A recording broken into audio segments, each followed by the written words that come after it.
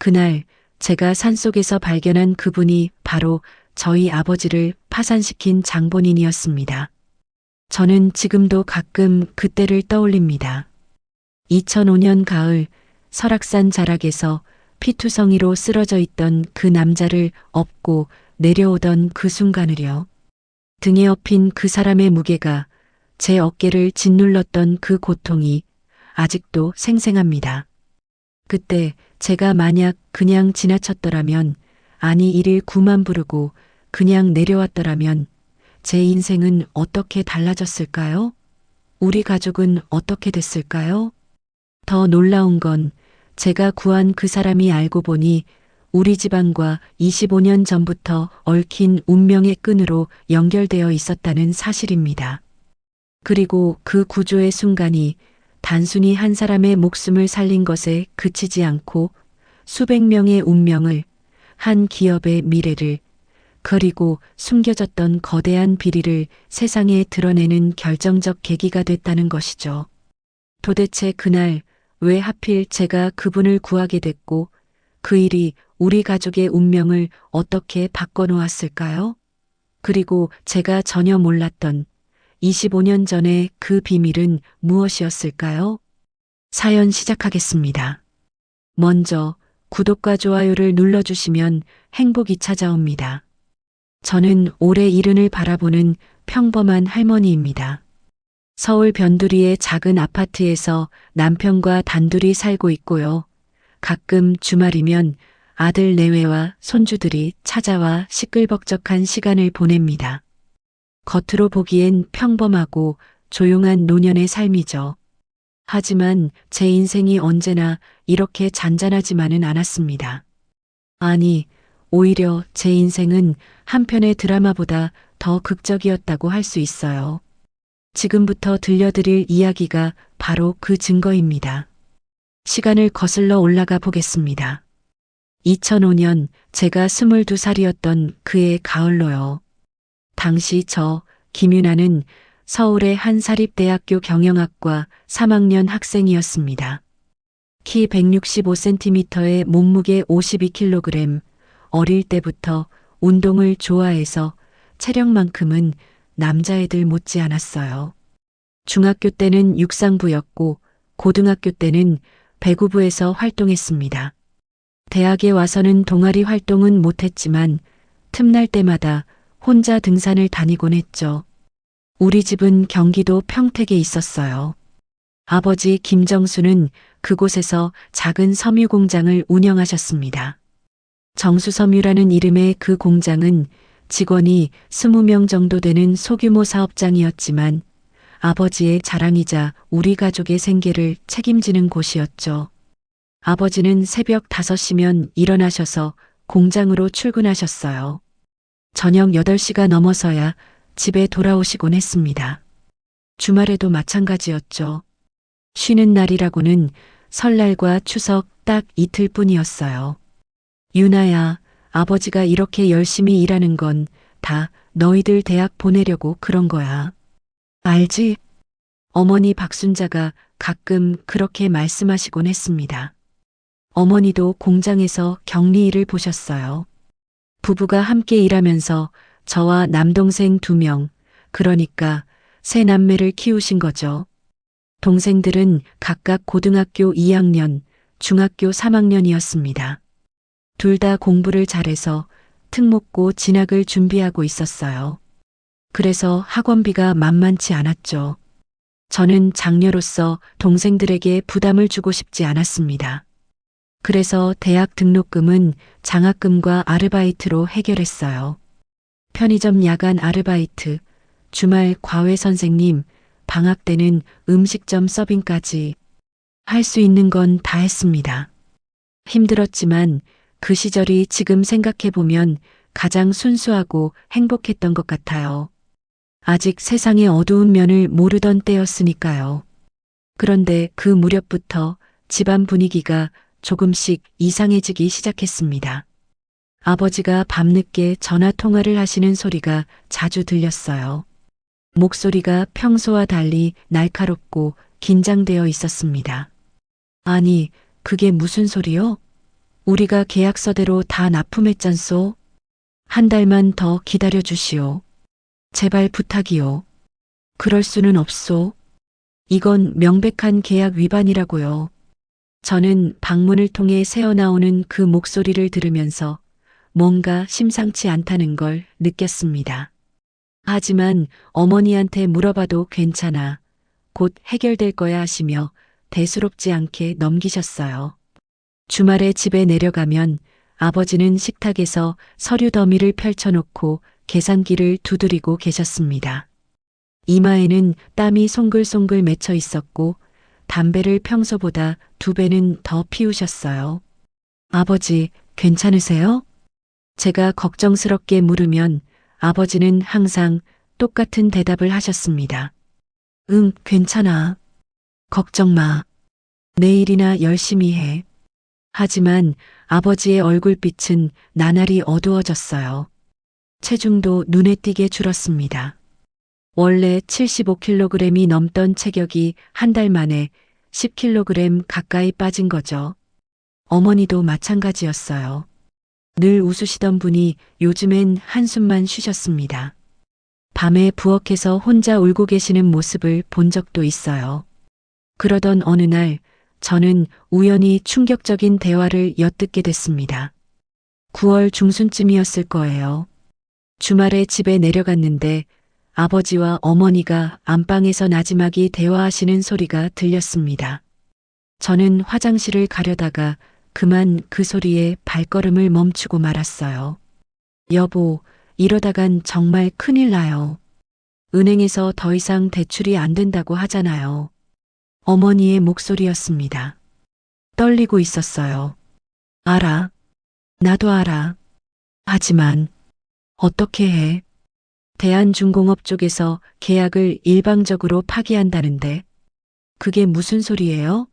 계약서도 다 썼고 우리가 1차 납품도 완료했잖아요. 그러게 말이야. 근데 갑자기 품질이 기준 미달이라면서 검수를 거부하는 거야.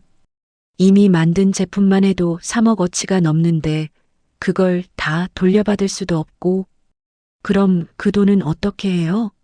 우리가 은행에서 빌린 돈도 2억이 넘는데. 모르겠어. 정말 모르겠어. 아버지 목소리에서 절망이 묻어났습니다. 저는 그 자리에서 얼어붙고 말았어요. 3억? 2억? 그게 도대체 무슨 금액입니까? 우리 같은 집에서는 상상도 할 수 없는 큰 돈이었어요. 더 충격적인 건 그 다음 대화였습니다.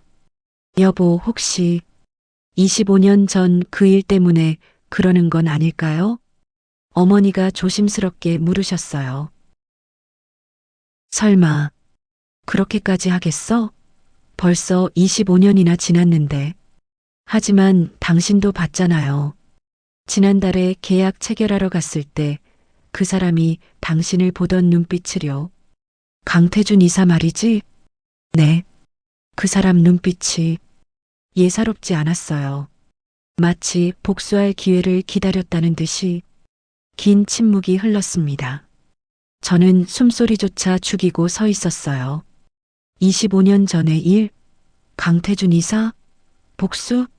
도대체 무슨 일이 있었던 걸까요? 여보, 우리 유나한테는 절대 알리지 말아요. 그 애가 알면 얼마나 마음 아파하겠어요. 그래. 아이들한텐 말하지 말자. 내가 어떻게든 해결할게.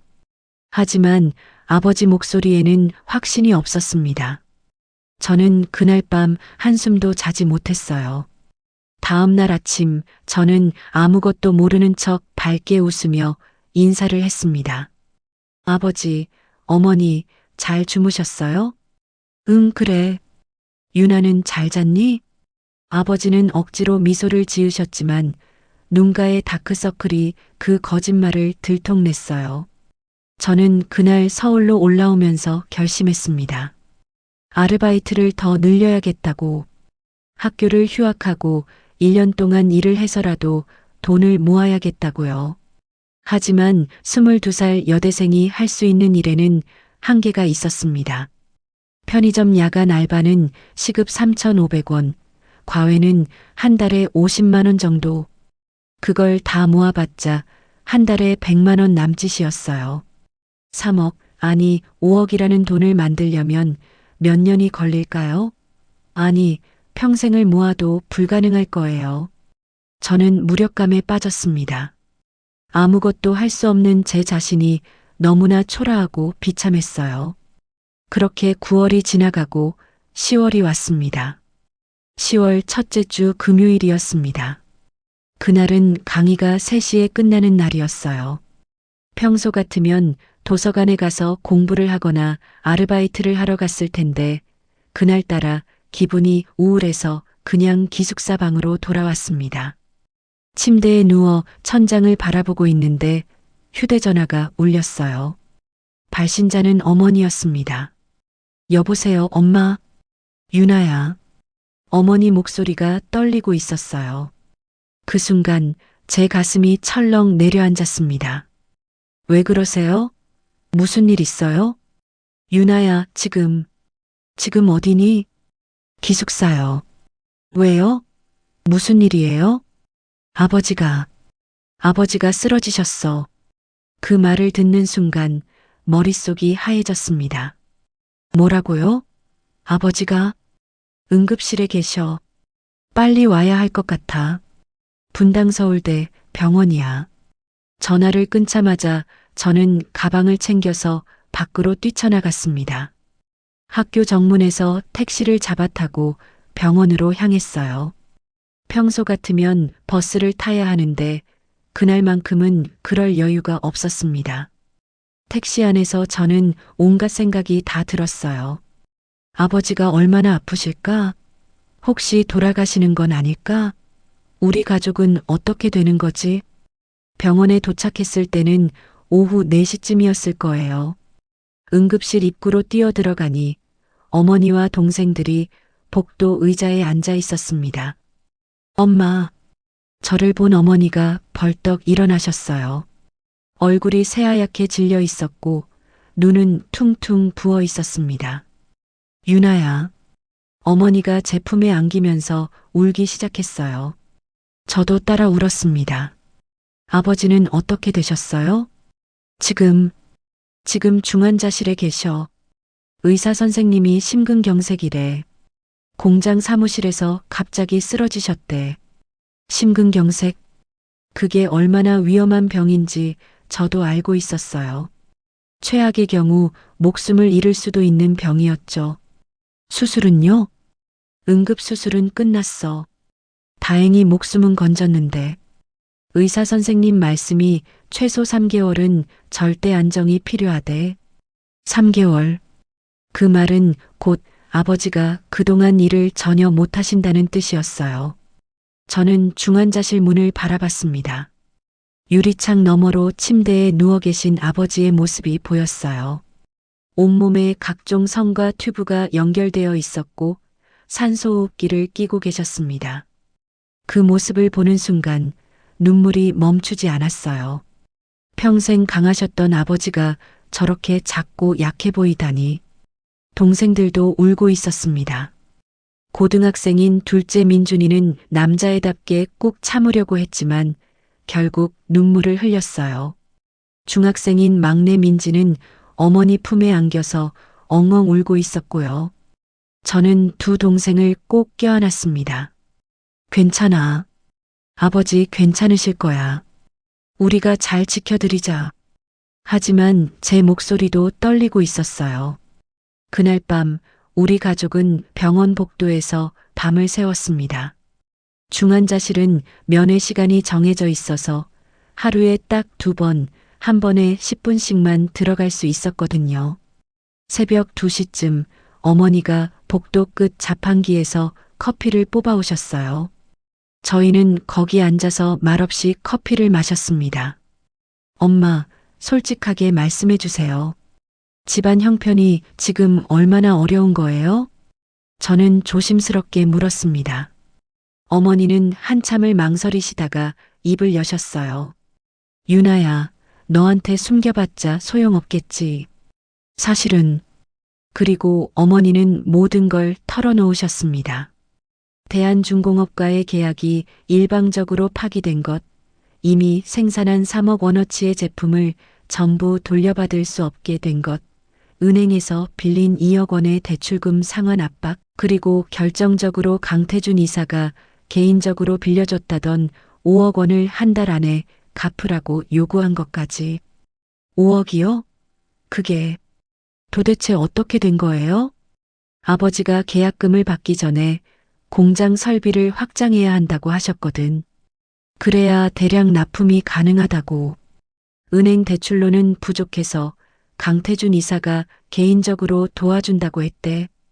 회사 차원이 아니라 개인 간 거래로. 그런데 왜 갑자기 갚으라고 하는 거예요? 계약 파기가 우리 측 귀책 사유라는 거야. 품질 미달이라면서. 하지만 그건 말도 안 돼. 우리가 납품한 제품은 검수 기준을 완벽하게 충족했거든. 그런데도 트집을 잡는 거야. 저는 주먹을 불끈 쥐었습니다. 그럼 법적으로 대응하면 안 돼요? 변호사를 선임하려면 돈이 필요해. 그리고 설사 소송에서 이긴다 해도 그게 언제가 될지 몰라. 그동안 우리는 어떻게 버티겠니? 맞는 말이었어요. 법은 힘없는 사람 편이 아니었습니다. 한 달 안에 5억을 갚지 못하면 공장과 집을 담보로 넘겨야 해. 어머니가 떨리는 목소리로 말씀하셨을 때 저는 정말 이 세상이 무너지는 것 같았어요. 공장은 아버지의 삶 그 자체였습니다. 25년 동안 피땀 흘려 키워온 아버지의 꿈이었어요. 그리고 우리 집은 우리가 태어나고 자란 곳이었죠. 그걸 다 잃는다니 상상만 해도 끔찍했습니다. 엄마, 제가 뭐라도 해볼게요. 유나야, 내가 뭘 할 수 있겠니? 넌 그냥 학교나 열심히 다녀. 그게 엄마 아빠 소원이야. 하지만 저는 그냥 가만히 있을 수 없었어요. 다음 날 토요일 아침이었습니다. 저는 동생들을 데리고 집으로 돌아가 짐을 챙긴 뒤 다시 병원으로 왔어요. 그리고 어머니한테 말씀드렸습니다. 엄마, 저 휴학할래요. 그리고 일하면서 돈 벌게요. 안 돼. 절대 안 돼. 내가 휴학을 하면. 엄마, 지금 그게 중요한 게 아니잖아요. 아버지 병원비도 어마어마할 텐데 제가 돈이라도 벌어야죠. 결국 어머니는 제 고집을 꺾지 못하셨습니다. 사실 선택의 여지가 없었던 거죠. 저는 그날부터 아르바이트를 늘리기 시작했어요. 평일엔 3군데, 주말엔 종일 일했습니다. 하루에 4시간씩 자면서 주말엔 거의 잠을 못 잤어요. 하지만 그렇게 벌어봤자 한 달에 150만 원 정도였습니다. 5억은커녕 5천만 원도 안 되는 돈이었죠. 그렇게 2주가 지났습니다.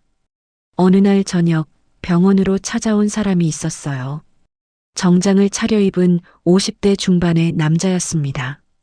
키가 크고 건장한 체격에 날카로운 눈매를 가진 그 사람을 보는 순간 저는 본능적으로 경계심이 들었어요.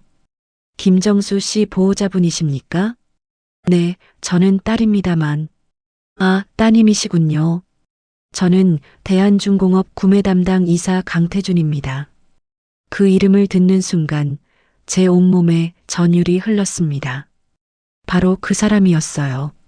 아버지를 이 지경으로 만든 장본인. 강태준은 명함을 건네며 말했습니다. 아버님 상태가 어떻습니까? 쾌차하실 겁니다. 저는 최대한 차갑게 대답했어요. 그러시길 바랍니다. 하지만 아시다시피 사업은 사업입니다. 계약건은 별개로 처리해야 하거든요. 무슨 말씀이세요? 한 달 안에 5억을 상환하셔야 합니다. 아시죠? 약속 기한이 이번 달 말까지입니다. 제 안에서 뭔가가 끌어올랐습니다. 지금 아버지가 이렇게 중환자실에 계신데 그런 말씀을 하러 오신 겁니까? 학생, 감정적으로 대하지 마세요. 비즈니스는 비즈니스입니다. 제가 감정으로 일했다면 진작에 소송을 걸었을 겁니다. 비즈니스라고요? 도대체 왜 이러시는 겁니까? 25년 전 일 때문입니까? 그 말이 나오자 강태준의 표정이 미세하게 변했어요. 입가에 비웃음 같은 게 스쳤습니다. 25년 전 일이라. 그래, 내 아버지가 그때 얘기를 했구나. 아버지는 잘못한 게 없어요. 진실을 말씀하신 거잖아요. 진실? 하하. 강태준이 비웃었습니다. 그 웃음소리가 제 귓가에서 메아리 쳤어요. 세상의 진실 따위는 중요하지 않아. 중요한 건 누가 이기느냐야. 그리고 25년 전에도 지금도 이기는 쪽은 나지. 내 아버지가 아니야. 그게 무슨, 내 아버지는 25년 전에 나를 배신했어. 같은 노동자였는데 회사 편에 서지 않고 진실이라는 걸 택했지. 덕분에 나도 한동안 고생했어. 하지만 난 살아남았고 이렇게 이사 자리까지 올랐어. 반면에 내 아버지는 평생 쪼그라들어 살았지. 작은 공장 하나 운영하면서. 강태준의 목소리는 차갑고 냉정했습니다. 마치 계산된 복수를 즐기는 것처럼 보였어요. 그러니까 이건 복수인 거네요. 25년을 기다렸다가 아버지를 무너뜨리려는. 복수라니 그런 감상적인 단어는 싫은데. 난 그냥 옛날에 받은 빚을 갚는 거야. 이자를 붙여서 말이지. 강태준은 서류 봉투 하나를 꺼내서 제 앞에 놓았습니다. 여기 차용증과 계약서, 사본이 들어있어. 10월 31일까지 딱 2주 남았네. 그때까지 5억을 못 구하면 공장과 집 모두 법적으로 압류될 거야. 어떻게 이럴 수가 있어요? 세상은 원래 불공평한 거야. 빨리 배우는 게 좋을 거야, 학생.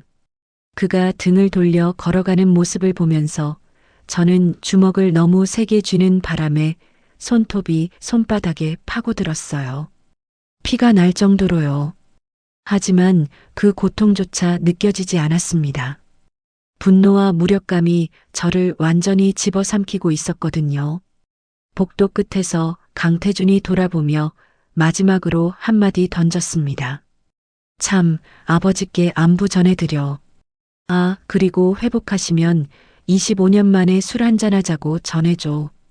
물론 그때쯤엔 공장 사장이 아니라 그냥 백수 신세겠지만. 그 말을 끝으로 그는 사라졌습니다. 저는 그 자리에 주저앉고 싶었어요. 아니, 차라리 쓰러지고 싶었습니다. 하지만 그럴 수 없었어요. 중환자실에는 아버지가 계시고 어머니와 동생들이 저를 기다리고 있었으니까요. 저는 화장실로 달려가서 찬물로 얼굴을 씻었습니다.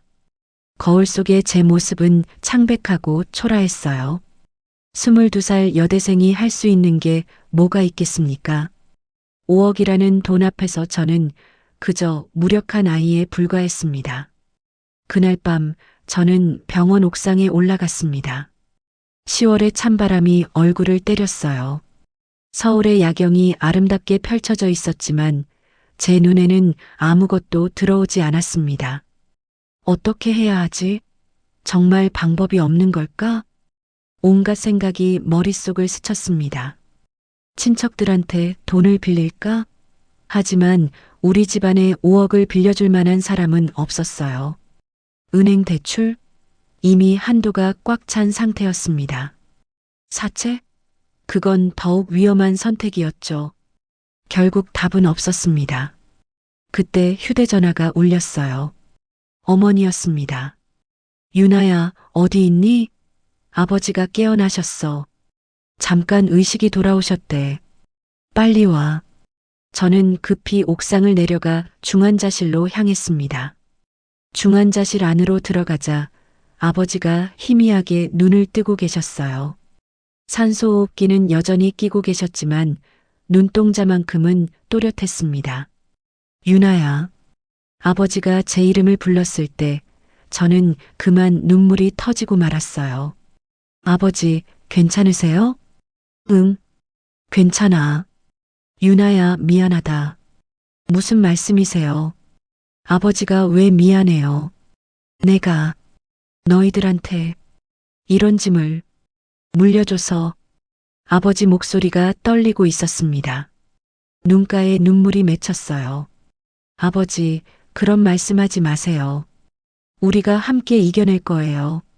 하지만 아버지는 고개를 저으셨습니다. 유나야, 내가 알아야 할 게 있어. 25년 전 그 일에 대해서. 아버지, 지금은 그런 얘기 안 하셔도 돼요. 쉬세요. 아니야. 지금 말해야 해. 나중엔 못할지도 모르니까. 그렇게 아버지는 25년 전의 이야기를 들려주셨습니다. 1980년 서울 구로공단. 당시 26살이었던 아버지는 동양기계공업이라는 중견 기업의 공장에서 일하고 계셨대요. 그곳은 자동차 부품을 만드는 곳이었고 아버지는 프레스 라인에서 일하는 기능공이었습니다. 같은 라인에서 일하던 동료 중에 강태준이라는 사람이 있었어요. 아버지보다 2살 아래였고 야심이 많은 청년이었대요. 둘은 꽤 친한 사이였다고 합니다. 태준이는 늘 출세하겠다고 했어. 평생 공장 바닥에서 일할 수는 없다고. 언젠가는 사무실로 올라가서 양복 입고 일하겠다고. 아버지 말씀에 따르면 강태준은 야간 대학을 다니면서 공부를 했대요. 낮에는 공장에서 일하고 밤에는 학교에 가서 경영학을 배웠다고 합니다. 그러던 어느 날 공장에 큰 사고가 났습니다. 1980년 7월 15일 오후 2시 3번 프레스 라인에서 폭발 사고가 발생했어요. 안전장치가 제대로 작동하지 않았고 고압 증기가 새어나와 폭발한 겁니다. 그 사고로 노동자 1명이 현장에서 사망했고 6명이 중경상을 입었어요. 아버지도 그중 1명이었습니다. 다행히 가벼운 화상과 타박상만 입으셨지만 옆에서 일하던 동료 박성호 씨는 그 자리에서 돌아가셨대요. 성호 형은 정말 좋은 사람이었어. 고향에 부인이랑 어린 아들 둘을 두고 서울에 올라와서 일하던 사람이었지.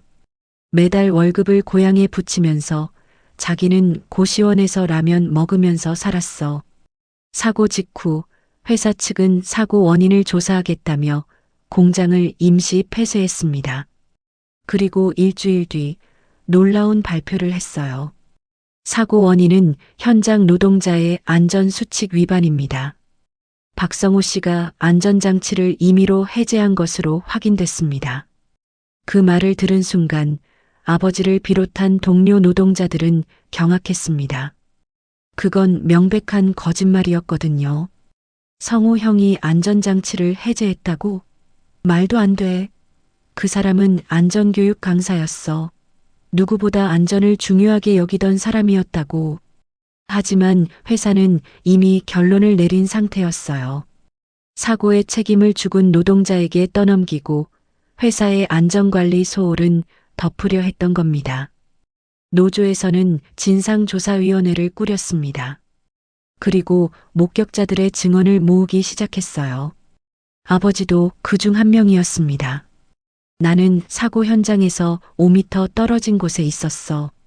폭발 직전까지 성호 형의 작업 모습을 봤지. 그 사람은 정확하게 매뉴얼대로 일하고 있었어. 안전장치도 절대 건드리지 않았어. 아버지는 조사위원회에서 그렇게 증언했습니다. 다른 동료 몇 명도 같은 증언을 했어요. 하지만 문제가 생겼습니다.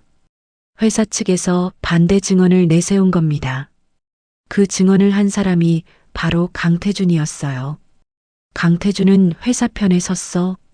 그날 사고 직전에 박성호 씨가 안전장치를 만지는 걸 봤다고 거짓 증언을 한 거야. 왜요? 왜 그런 짓을 한 거예요? 제가 물었을 때 아버지는 쓴웃음을 지으셨습니다. 회사에서 제안을 했겠지. 우리 편에 서면 출세시켜 주겠다고. 그리고 태준이는 그 제안을 받아들인 거야. 결국 조사위원회는 두 파로 나뉘었습니다. 진실을 말하는 노동자들과 회사 편에 선소수의 증인들. 법정 싸움이 시작됐습니다. 유족인 박성호 씨의 부인이 회사를 상대로 소송을 제기했고 노조도 함께 싸웠어요. 재판은 1년 넘게 이어졌습니다. 그 과정에서 아버지는 법정에 여러 차례 증인으로 섰어요. 매번 같은 증언을 반복했습니다. 박성호 씨는 안전수칙을 위반하지 않았습니다. 사고는 회사의 안전관리 소홀 때문에 발생했습니다. 반면 강태준은 회사 측 증인으로 서서 정반대 증언을 했습니다. 제가 분명히 봤습니다. 박성호 씨가 안전장치를 임의로 조작하는 것을요. 둘은 법정에서 정면으로 대립했어요. 한때 친구였던 두 사람이 이제는 적이 된 겁니다. 1982년 드디어 판결이 났습니다. 법원은 유족과 노조의 손을 들어줬어요. 회사의 안전관리 소홀이 인정됐고 박성호 씨의 명예도 회복됐습니다. 회사는 유족에게 거액의 배상금을 지불하라는 판결을 받았어요. 하지만 그 승리의 대가는 혹독했습니다. 판결이 나고 한 달 뒤 나는 회사에서 해고됐어. 아니, 나뿐만이 아니야. 진실을 증언했던 동료들 모두 차례로 잘렸지. 그게 가능한 일이에요? 불법 해고였지. 하지만 그때는 노동법이 지금처럼 강하지 않았어. 회사가 억지 이유를 만들어서 내보내면 우리로서는 어쩔 수가 없었어. 더 심각한 건 업계 전체에서 블랙리스트에 올랐다는 거였습니다. 어디를 가도 취직이 안 됐어. 내 이름만 대면 면접관들이 고개를 저었지. 아, 당신 그때 그 사건에서 회사 고발했던 사람 아니에요? 하면서 아버지는 2년 동안 백수로 지내셨대요. 그 사이에 할머니가 돌아가셨고 집안 형편은 완전히 기울었습니다. 결국 고향인 평택으로 내려가셔서 빚을 내서 작은 공장을 차리신 겁니다. 25년 동안 난 그렇게 살았어. 작은 공장 사장이라고는 하지만 실상은 하루하루 연명하는 수준이었지. 하지만 그래도 후회하지 않았어. 내가 한 증언은 옳았으니까. 성우 형의 명예를 지킨 거니까. 반면 강태준은 어떻게 됐을까요? 태준이는 회사에서 승진했어. 거짓 증언의 대가로 말이야. 처음엔 현장 관리자가 됐고 그 다음엔 사무직으로 옮겼지. 대학도 회사 돈으로 마쳤어. 그리고 20년 동안 착실히 승진을 거듭해서 지금은 대한중공업 이사 자리까지 올랐지. 아버지 목소리에는 원망이 묻어났습니다. 그 사람은 양심을 팔아서 성공했어. 친구를 배신하고 죽은 동료를 모욕하면서 출세한 거야. 그리고 25년이 지난 지금 그 사람이 나한테 복수를 하고 있는 거지. 왜요? 강태준이 무슨 복수를 해요? 잘못한 건 그 사람인데. 태준이 입장에서는 내가 자기를 배신자로 만든 거야. 내가 법정에서 진실을 증언하는 바람에 그는 평생 거짓말쟁이라는 꼬리표를 달고 살아야 했어. 물론 그건 그 사람 스스로 선택한 길이었지만 그는 나를 원망하고 있었던 거지. 저는 그제야 모든 게 이해됐습니다. 지난달 계약 체결 자리에서 25년 만에 제외한 두 사람. 한 명은 대기업 이사, 한 명은 영세공장 사장.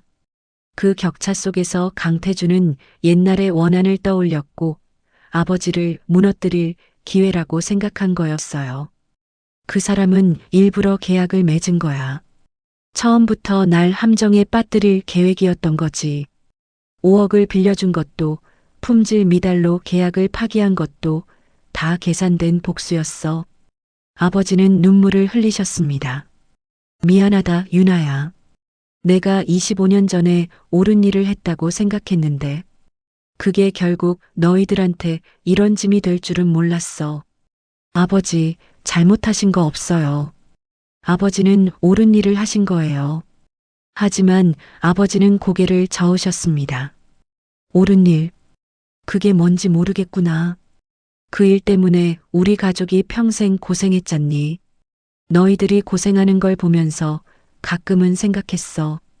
그때 내가 그냥 입 다물고 회사 편에 섰더라면 지금쯤 우리 가족은 어떻게 살고 있을까 하고. 아버지, 하지만 그래도 난 후회하지 않아. 성우 형의 어린 자식들이 아버지를 죄인으로 기억하게 만들 순 없었어. 그건 사람으로서 할 수 없는 일이었어. 그 말을 끝으로 아버지는 다시 눈을 감으셨습니다. 너무 오래 말씀하신 탓에 기력이 다 빠지신 거였어요. 간호사가 달려와서 저를 밖으로 내보냈습니다. 복도로 나온 저는 그 자리에 주저앉았어요. 25년 전의 진실, 아버지의 선택, 그리고 강태준의 복수, 모든 게 하나의 실타래처럼 얽혀 있었습니다.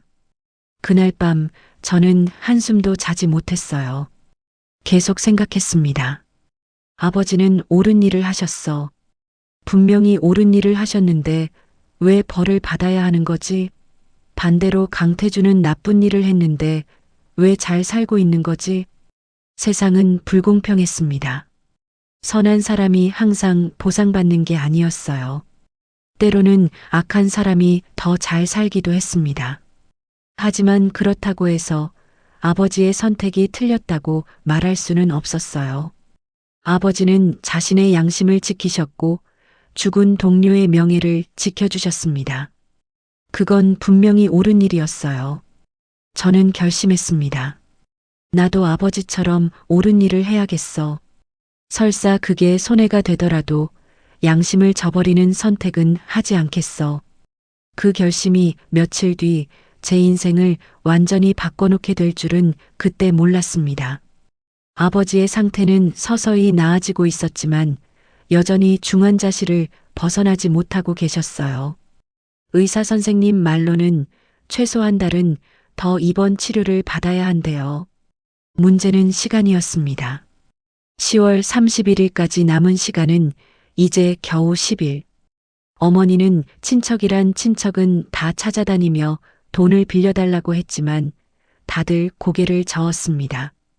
5억은커녕 5천만 원도 빌려주는 사람이 없었어요. 유나야, 이제 정말 방법이 없는 것 같아. 어머니가 지쳐서 말씀하셨을 때 저도 절망감에 빠졌습니다. 그러던 10월 21일 금요일 강태준한테서 전화가 왔습니다. 학생, 나 강태준이야. 혹시 돈 준비됐나? 아직 모으는 중입니다. 10일 남았어. 5억 중에 얼마나 모았는데? 그게, 솔직히 말해봐. 얼마나 모았어? 저는 입술을 깨물었습니다. 1,000만 원 정도요. 전화기 너머로 비웃음 소리가 들렸습니다. 1,000만 원? 하하. 5억 중에 1,000만 원? 그럼 남은 게 4억 9천만 원이네. 시간을 좀 더 주시면 안 될까요? 아버지가 회복하시면. 안 돼. 계약은 계약이야. 10월 31일 자정까지 5억을 내놓지 못하면 11월 1일부터 법적 절차에 들어간다. 공장과 집 둘 다 압류될 거야. 제발 좀. 애원은 필요 없어. 어차피 소용없으니까. 전화가 끊겼습니다. 저는 주저앉아서 울었어요. 복도 한가운데서 사람들이 오가는데도 개의치 않고 엉엉 울었습니다. 그때 옆에 앉으시던 한 할머니가 제 어깨를 토닥여 주셨어요. 아가씨, 무슨 일이 있어요? 그렇게 울면 몸이 상해요. 할머니, 저는 그 할머니한테 모든 걸 털어놓았습니다. 아버지의 병, 5억의 빚, 강태준의 복수, 그리고 10일 뒤면 모든 걸 잃게 된다는 것까지. 할머니는 제 이야기를 끝까지 들어주셨어요. 그리고 한숨을 쉬며 말씀하셨습니다. 세상이 참 각박하구나. 착한 사람이 오히려 손해를 보는 세상이야. 할머니, 저 어떻게 해야 해요? 글쎄, 할머니도 잘 모르겠네. 하지만 한 가지는 확실해. 포기하면 안 돼. 끝까지 방법을 찾아봐야지. 하지만 방법이 뭐가 있겠습니까? 10일 안에 5억을 만드는 건 불가능했어요. 그날 저녁 어머니한테 전화가 또 왔습니다. 이번엔 강태준이 아니라 강태준의 비서라는 사람이었어요. 사모님, 저는 강태준 이사님 비서 이영우입니다. 이사님께서 마지막으로 제안을 하나 하고 싶으시답니다. 무슨 제안이요? 공장을 자진해서 넘기시면 집만큼은 건드리지 않겠답니다. 그리고 빚도 3억만 받고 나머지는 탕감해 주시겠대요. 저는 핸드폰을 빼앗아서 소리쳤어요. 그게 무슨 제안이에요? 아버지 평생 일구신 공장을 넘기라고요? 학생, 차분하게 생각해 보세요. 어차피 10일 뒤면 공장과 집 둘 다 잃게 됩니다. 그것보다는 집이라도 지키는 게 낫지 않겠습니까? 그건 월요일 오전까지 답변해 주세요. 그 이후엔 이 제안도 무효입니다. 전화가 끊겼습니다. 어머니와 저는 서로 얼굴만 바라봤어요. 둘 다 무슨 말을 해야 할지 몰랐습니다. 그날 밤 우리는 가족회의를 했습니다. 중환자실에 계신 아버지를 제외하고 어머니와 저 그리고 두 동생이 병원 구내식당에 모였어요. 엄마, 그 제안 받아들여야 하는 거 아니에요? 둘째 민준이가 조심스럽게 말했습니다. 공장을 잃는 것보다는 집이라도 지키는 게 나을 것 같은데요. 야, 내가 그게 무슨 소리야. 제가 소리쳤어요. 공장은 아버지 평생의 꿈이야. 25년 동안 피땀 흘려서 키운 거라고. 누나도 알잖아. 어차피 10일 뒤면 다 잃게 돼. 그럼 차라리 뭐 강태준한테 굴복하라고? 누나, 이건 굴복이 아니라 현실적인 선택이야. 현실적인 선택이라고? 그럼 아버지 평생의 노력은 뭐가 되는데? 저는 화가 나서 소리를 높였어요. 그러자 막내 민지가 울기 시작했습니다. 그만해. 제발 그만 싸워. 오빠도 언니도. 어머니가 민지를 안으며 우리를 말리셨어요. 유나야, 민준아, 진정해. 우리끼리 싸우면 안 돼. 하지만 저는 진정할 수가 없었어요. 엄마, 저는 절대 안 돼요. 공장을 넘기는 건 안 돼요. 아버지가 깨어나시면 뭐라고 하시겠어요? 우리가 아버지 꿈을 그냥 포기했다고? 유나야, 하지만 10일이 남았어요. 아직 시간이 있어요. 제가 뭐라도 해볼게요. 내가 뭘 할 수 있겠니? 동생 민준이가 냉정하게 물었어요. 누나, 현실을 봐. 우리한테는 아무 방법도 없어.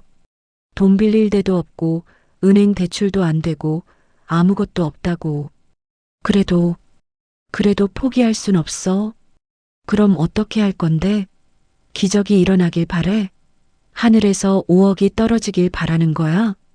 민준이 목소리에는 냉소가 섞여 있었어요. 17살짜리 고등학생 치고는 너무 냉정했습니다.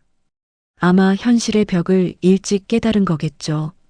저는 더 이상 대답할 수 없었어요. 민준이 말이 맞았으니까요. 기적 같은 일이 일어나지 않는 한 우리한테는 정말 방법이 없었습니다. 그날 밤 저는 병원을 나와서 한강으로 걸어갔어요. 10월 말의 한강은 쌀쌀하고 을씨년스러웠습니다. 강변 벤치에 앉아서 어두운 강물을 바라봤어요. 정말 방법이 없는 걸까? 정말 아무것도 할 수 없는 걸까? 그때 휴대전화가 울렸습니다. 모르는 번호였어요. 여보세요? 혹시 김유나 학생입니까? 낯선 남자 목소리였습니다. 네, 그런데요. 저는 법무법인 정의의 변호사 최민수라고 합니다. 혹시 시간 되시면 한번 뵙고 싶은데요. 변호사요? 무슨 일로요? 전화로는 설명이 어렵습니다. 내일 토요일 오전 10시에 저희 사무실로 와주실 수 있으신가요? 학생분께 도움이 될 만한 이야기를 해드리고 싶습니다. 도움이 될 만한 이야기요? 네. 아버님의 일과 관련된 겁니다. 저는 반신반의했지만 일단 만나보기로 했습니다. 어차피 잃을 것도 없었으니까요. 다음 날 아침 저는 서초동에 있는 그 법무법인을 찾아갔습니다. 생각보다 큰 규모의 로펌이었어요. 최민수 변호사는 40대 중반쯤 돼 보이는 남자였습니다. 깔끔한 정장 차림에 날카로운 인상을 주는 사람이었어요. 안녕하세요, 김유나 학생. 찾아와 주셔서 감사합니다. 무슨 일로 저를 부르신 건가요? 저는 긴장한 채로 물었습니다. 사실 저는 25년 전 동양기계공업 사고 사건의 유족 측 변호를 맡았던 사람입니다. 네. 저는 깜짝 놀랐어요. 아버지를 아시는 분이세요?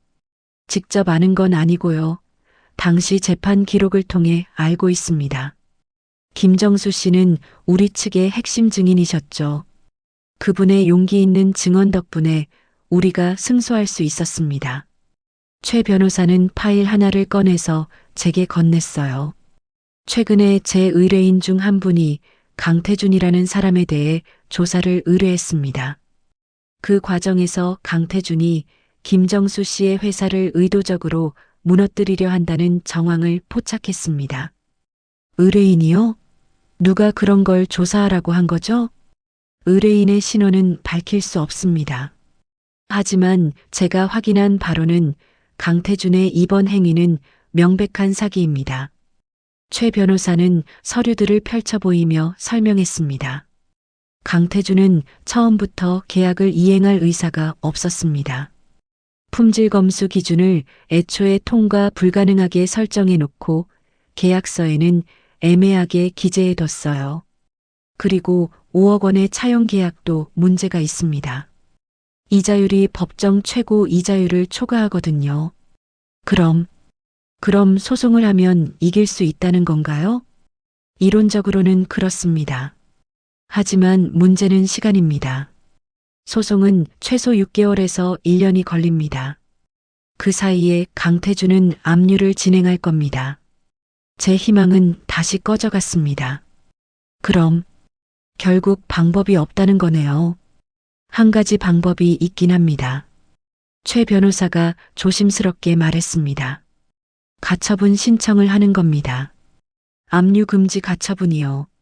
소송이 진행되는 동안 강태준이 재산을 압류하지 못하게 막는 거죠. 그게 가능한가요? 증거가 충분하면 가능합니다. 그리고 다행히 저희가 확보한 증거가 꽤 있습니다. 최 변호사는 또 다른 서류를 보여줬어요. 강태준이 과거에도 비슷한 수법으로 여러 회사를 무너뜨린 정황이 있습니다. 이것만 해도 악의적 계약이라는 걸 증명할 수 있어요. 저는 처음으로 희망의 빛을 보는 것 같았습니다. 그럼 저희를 도와주실 건가요? 네. 무료로 도와드리겠습니다. 무료로요? 왜요? 25년 전 김정수 씨가 보여준 용기에 대한 보답입니다. 그분은 자신의 이익을 포기하면서까지 진실을 택하셨어요. 그런 분을 이대로 무너지게 내버려 둘 순 없습니다. 저는 눈물이 핑 돌았어요. 감사합니다. 정말 감사합니다. 하지만 최 변호사는 엄숙한 표정으로 말했습니다. 하지만 학생, 이건 쉬운 싸움이 아닙니다. 강태준은 대기업 이사예요. 돈도 많고 인맥도 많습니다. 우리가 이기려면 상당한 각오가 필요합니다. 각오는 되어 있습니다. 그리고 한 가지 더 가처분이 받아들여진다 해도 결국엔 5억을 갚아야 합니다. 다만 시간을 벌 수 있을 뿐이죠. 시간이라도 벌 수 있다면 그것만으로도 충분합니다. 최 변호사는 고개를 끄덕였습니다. 알겠습니다. 월요일부터 바로 진행하겠습니다. 저는 로펌을 나와서 어머니한테 전화를 걸었어요. 희망적인 소식을 전했습니다. 어머니도 처음으로 밝은 목소리를 내셨어요. 정말 정말 도와주신대? 네, 엄마. 이제 희망이 생겼어요. 하지만 그 희망은 이틀 뒤 산산조각이 나고 말았습니다. 월요일 아침 최 변호사한테서 다급한 전화가 왔습니다. 학생, 큰일 났습니다. 무슨 일이세요? 강태준 측에서 선수를 쳤어요. 오늘 새벽에 긴급으로 법원에 압류 신청을 냈습니다. 그리고 받아들여졌어요. 뭐라고요? 공장과 집, 둘 다 이미 가압류 상태입니다. 우리가 가처분 신청을 하기도 전에 당한 겁니다. 저는 그 자리에서 주저앉았어요. 어떻게 그럴 수가 있어요? 강태준이 우리 움직임을 알았던 것 같습니다. 누군가 정보를 흘렸을 가능성이 높아요. 그럼 이제 어떻게 해요? 가압류를 풀려면 5억을 당장 갚는 수밖에 없습니다. 전화를 끊고 저는 병원으로 달려갔습니다. 어머니한테 소식을 전하자 어머니는 그 자리에서 쓰러지셨어요. 엄마. 다행히 금방 의식을 회복하셨지만 얼굴빛이 창백했습니다. 유나야, 이제 정말 끝인가 보구나. 엄마, 포기하지 마세요. 아직 뭐가 있니? 이제 정말 아무것도 없어. 그날 저녁 저는 또다시 한강으로 나왔습니다. 혼자 벤치에 앉아서 울었어요. 모든 게 끝난 것 같았습니다. 희망의 빛이 보이는 것 같았지만 그것도 잠깐이었어요. 결국 우리는 모든 걸 잃게 될 운명이었습니다. 아버지가 25년 전에 했던 선택이 정말 옳았던 걸까요? 그 선택 때문에 우리 가족이 이렇게 무너지는데 그때 한 가지 생각이 떠올랐습니다. 강태준을 직접 찾아가는 거였어요. 무릎을 꿇고 빌어보는 거죠. 제가 굴욕을 당해서라도 가족을 지킬 수 있다면 저는 다음 날 대한중공업 본사를 찾아갔습니다. 거대한 빌딩 앞에 섰을 때 제 자신이 너무나 작고 초라하게 느껴졌어요. 22살 여대생이 이런 대기업 이사한테 무슨 수로 대항할 수 있겠습니까? 로비에서 강태준 이사를 만나고 싶다고 했더니 비서가 나와서 물었습니다. 예약은 하셨나요? 아니요, 하지만 꼭 뵙고 싶습니다. 김정수의 딸 김유나라고 전해주세요. 잠시 후 비서가 돌아와서 말했습니다. 이사님께서 5분만 시간을 내주신답니다. 따라오세요. 저는 비서를 따라 30층까지 올라갔습니다. 복도를 지나 이사실 앞에 섰을 때 제 다리는 후들후들 떨리고 있었어요. 문을 열고 들어가자 넓은 사무실 한가운데 강태준이 서 있었습니다. 큰 창문을 통해 서울 시내가 한눈에 내려다 보이는 그 방에서 강태준은 왕처럼 보였어요. 오, 김유나 학생. 웬일로 여길 찾아왔나? 냉소적인 어조였습니다. 저는 심호흡을 하고 무릎을 꿇었습니다. 제발 한 번만 용서해 주세요.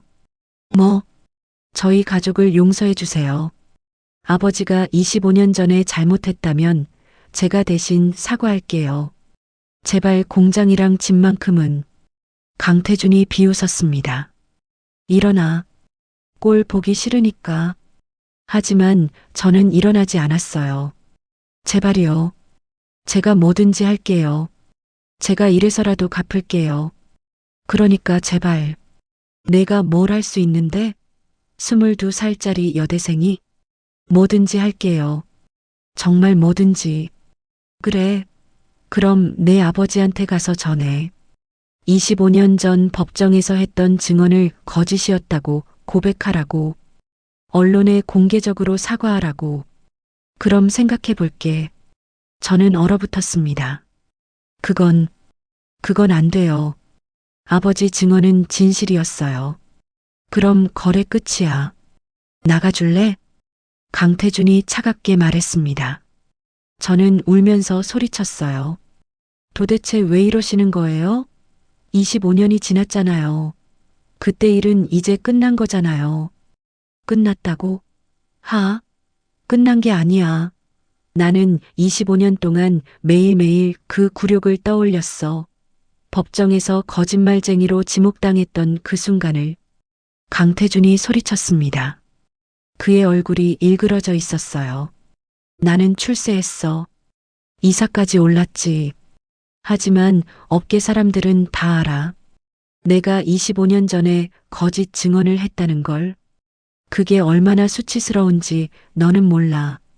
그건 당신 스스로 선택한 길이잖아요. 맞아. 내가 선택했지. 하지만 내 아버지가 없었다면 아무도 몰랐을 거야. 그 사람이 진실을 밝히는 바람에 내가 평생 거짓말쟁이 꼬리표를 달고 살게 된 거라고. 강태준은 숨을 헐떡이며 말을 이었습니다. 이제 내 차례야. 내 아버지를 거지로 만들어서 25년 전 내가 느꼈던 그 굴욕을 똑같이 느끼게 해주는 거지. 그건 복수예요. 비겁한 복수라고요. 비겁하든 말든 상관없어. 승자가 모든 걸 정당화하는 거야. 저는 더 이상 말할 수 없었습니다. 무릎을 꿇고 눈물만 흘렸어요. 강태준은 저를 내려다보며 마지막으로 한마디 했습니다. 10월 31일까지 5억을 못 구하면 11월 1일부터 강제 집행에 들어간다. 그때는 내 가족이 길거리로 쫓겨나는 걸 보게 될 거야. 25년 전 내 아버지가 나한테 했던 것처럼. 저는 비틀거리며 일어나서 이사실을 나왔습니다. 엘리베이터 안에서 저는 거울에 비친 제 모습을 봤어요. 눈물로 범벅이 된 얼굴, 초라하고 무력한 모습. 아무것도 할 수 없구나. 정말 아무것도. 그날 저는 인생에서 가장 큰 절망을 느꼈습니다. 절망 속에서 며칠이 흘렀습니다. 10월 26일, 이제 5일밖에 남지 않았어요. 어머니는 집을 정리하기 시작하셨고, 동생들은 학교도 제대로 가지 못하고 있었습니다. 저는 아무것도 할 수 없었어요. 매일 병원과 학교와 아르바이트를 오가면서 로봇처럼 움직였습니다. 그러던 어느 날 저는 스트레스를 풀기 위해 등산을 가기로 했습니다. 학교 근처 설악산 자락에 작은 등산로가 있었어요. 평소 시험 기간에 스트레스 받을 때마다 혼자 올라가곤 했던 곳이었죠. 10월 27일 목요일 오후 저는 혼자 산을 올랐습니다. 가을 단풍이 절정이었어요. 붉게 물든 산이 아름다웠지만 제 마음은 여전히 어두웠습니다. 이제 정말 끝이구나. 모든 게 끝났어. 그런 생각을 하며 걷고 있는데 갑자기 등산로에서 벗어난 곳에서 이상한 소리가 들렸어요. 신음소리였습니다. 저는 깜짝 놀라서 소리가 나는 쪽으로 다가갔어요. 가파른 비탈길 아래쪽에 사람이 쓰러져 있었습니다. 저기요, 괜찮으세요? 저는 급히 비탈을 타고 내려갔습니다. 그리고 그 사람을 확인하는 순간 숨이 멎는 것 같았어요. 50대 후반쯤 돼 보이는 남자였는데 얼굴이 피투성이었어요. 이마에서 피가 흘러내리고 있었고 한쪽 다리가 이상한 각도로 꺾여 있었습니다. 고급스러운 등산복을 입고 있었지만 그게 무슨 소용입니까? 지금 당장 응급처치를 받지 못하면 위험할 상태였어요. 저는 급히 휴대전화를 꺼내서 119에 신고했습니다. 여보세요. 설악산 등산로 3구간에서 사람이 다쳤어요. 빨리 와주세요. 네, 위치를 정확히 말씀해 주세요. 저는 주변 지형을 설명했어요. 하지만 구급대원 말로는 이 산 중턱까지 올라오려면 최소 40분에서 1시간은 걸린다고 했습니다. 그 사이에 이 사람이 얼마나 더 피를 흘릴지 모르는 상황이었어요. 저는 순간 고민에 빠졌습니다. 어떻게 하지? 여기서 기다려야 하나? 아니면 그때 그 사람이 희미하게 눈을 떴어요. 초점 없는 눈동자로 저를 바라봤습니다. 살려 주세요. 가느다란 목소리였습니다. 그 순간 저는 결심했습니다. 이 사람을 제가 직접 데리고 내려가야겠어. 비록 여자였지만 저는 어릴 때부터 운동을 했고 체력에는 자신이 있었어요. 그리고 이대로 사람이 죽게 내버려둘 수는 없었습니다. 아버지가 25년 전에 선택하셨던 것처럼 저도 옳은 일을 해야 한다고 생각했어요. 조금만 참으세요. 제가 데리고 내려갈게요. 저는 그 남자를 등에 업었습니다. 생각보다 무거웠어요. 제 체중의 거의 1.5배는 되는 것 같았습니다. 하지만 저는 이를 악물고 한 걸음씩 내려가기 시작했어요. 땀이 비 오듯 흘렀습니다. 다리가 후들거렸고 숨이 턱까지 찼어요.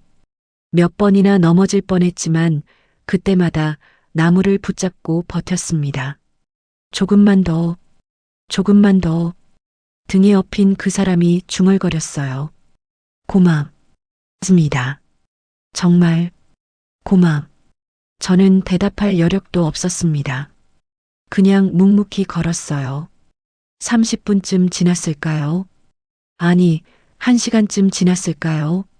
시간 감각이 없었습니다. 그저 한 발 한 발 내딛는 것만 생각했어요. 드디어 등산로 입구가 보였습니다. 그리고 마침 구급차가 도착하고 있었어요. 여기요, 여기. 저는 있는 힘껏 소리쳤습니다. 구급대원들이 달려와서 그 남자를 들것에 실었어요. 저는 그 자리에 주저앉았습니다. 학생, 괜찮아요? 정말 대단하네요. 이 사람 목숨 구했어요. 구급대원이 제 어깨를 두드렸지만 저는 대답할 힘도 없었어요. 온몸이 떨리고 있었고 다리에는 힘이 하나도 남지 않았습니다. 학생, 연락처 좀 남겨주시겠어요? 나중에 경위 조사가 필요할 수도 있어서요. 저는 휴대전화 번호를 알려줬습니다. 구급차는 그 남자를 싣고 병원으로 향했고 저는 한참 동안 그 자리에 앉아 있었어요. 살렸구나. 사람을 살렸어. 이상한 느낌이었습니다. 제 인생은 지금 망가지고 있는데 낯선 사람의 목숨은 구했다는 게 그때 문득 생각이 들었어요. 아버지도 이런 기분이었을까? 25년 전에 진실을 말했을 때 자신은 손해를 보지만 그래도 옳은 일을 했다는 그 느낌. 저는 천천히 일어나서 집으로 돌아갔습니다. 그날 밤 저는 이상한 꿈을 꿨어요. 제가 구한 그 남자가 나타나서 저한테 감사하다고 말했습니다. 그리고 무언가를 건네주려 하는데 그게 뭔지 보기 전에 깨어났어요. 다음 날 아침 10월 28일 금요일 병원한테서 전화가 왔습니다. 혹시 어제 설악산에서 다친 분을 구해주신 김유나 학생 맞으시죠? 네, 맞습니다. 환자분이 의식을 회복하셨는데 꼭 뵙고 싶다고 하시네요. 시간 되시면 병원에 한번 와주실 수 있으세요? 저는 호기심 반, 걱정 반으로 병원을 찾아갔습니다. 분당 서울대병원 VIP 병동. 저는 그 안내를 받고 깜짝 놀랐어요. VIP 병동이라니. 제가 구한 사람이 대체 누구길래? 병실 앞에 도착하자 정장을 입은 중년 남자가 서 있었습니다. 40대 중반쯤 돼 보이는 그 사람은 저를 보자마자 깊게 고개를 숙였어요. 혹시 김유나 학생분이십니까? 네, 그런데요. 저는 대한중공업 회장 비서실장 정민호라고 합니다. 저희 회장님을 구해주셔서 정말 감사합니다. 그 말을 듣는 순간 저는 온몸이 얼어붙었습니다. 회장님이요? 대한중공업에? 네, 그렇습니다. 안으로 들어가시죠. 회장님께서 기다리고 계십니다. 제 머릿속이 복잡해졌어요. 대한중공업. 그건 바로 강태준이 다니는 회사잖아요. 그 회사의 회장을 제가 구했다니. 병실 문을 열고 들어가자 침대에 누워있던 남자가 저를 향해 미소를 지었습니다. 머리에는 붕대가 감겨 있었고 한쪽 다리는 깁스가 되어 있었어요. 당신이 날 구해준 학생이군요. 60대 초반쯤 돼 보이는 그 사람은 비록 병상에 누워 있었지만 범상치 않은 위험이 느껴졌습니다. 괜찮으세요? 많이 다치신 것 같던데. 덕분에 살았습니다. 의사 선생님 말로는 당신이 10분만 늦었어도 위험했을 거라고 하더군요. 다행이에요. 살아나셔서. 저는 어색하게 대답했습니다. 마음이 복잡했어요. 이 사람이 회장이라면 강태준의 상사잖아요. 그럼 혹시 은혜를 갚고 싶습니다. 뭐든 해드릴 수 있는 게 있으면 말씀해 주세요. 회장님이 진지하게 말씀하셨어요. 저는 잠시 망설였습니다. 말해야 할까? 우리 집 사정을? 강태준 이야기를? 용기를 내서 입을 열었습니다. 사실은 그렇게 저는 모든 걸 털어놓았습니다. 아버지의 병, 25년 전의 사건, 강태준의 복수, 그리고 4일 뒤면 모든 걸 잃게 된다는 것까지. 회장님의 표정이 점점 굳어갔어요. 옆에 서 있던 비서실장도 놀란 표정이었습니다.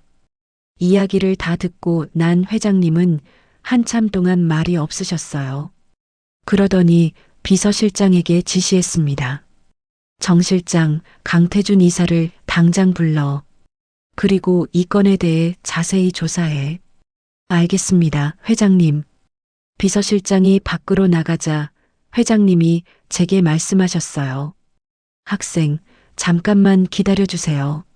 내가 직접 확인해 보겠습니다. 감사합니다. 정말 감사합니다. 저는 눈물이 핑 돌았어요. 처음으로 희망이 보이는 것 같았습니다. 하지만 그 희망은 오래가지 못했습니다. 1시간쯤 지났을까요? 갑자기 회장님이 괴로운 표정을 지으며 머리를 감싸쥐었어요. 회장님. 비서실장이 급히 간호사를 불렀습니다. 의료진이 달려왔고 저는 병실 밖으로 쫓겨났어요. 뇌출혈입니다. 빨리 수술실로. 복도에서 들려오는 의사의 다급한 목소리. 저는 그 자리에 멍하니 서 있을 수밖에 없었습니다. 방금 전까지 멀쩡히 대화하시던 분이 갑자기 쓰러지다니. 제 탓인가? 제가 스트레스를 드린 건가? 자책감이 몰려왔습니다. 수술은 5시간이나 걸렸어요. 저는 내내 복도 의자에 앉아서 기다렸습니다. 왜 기다렸는지 저도 잘 모르겠어요. 그냥 이 사람을 제가 살렸는데 이렇게 가시면 안 될 것 같았습니다. 새벽 2시쯤 수술실 문이 열렸어요. 집도이가 피곤한 얼굴로 나왔습니다. 수술은 성공했습니다.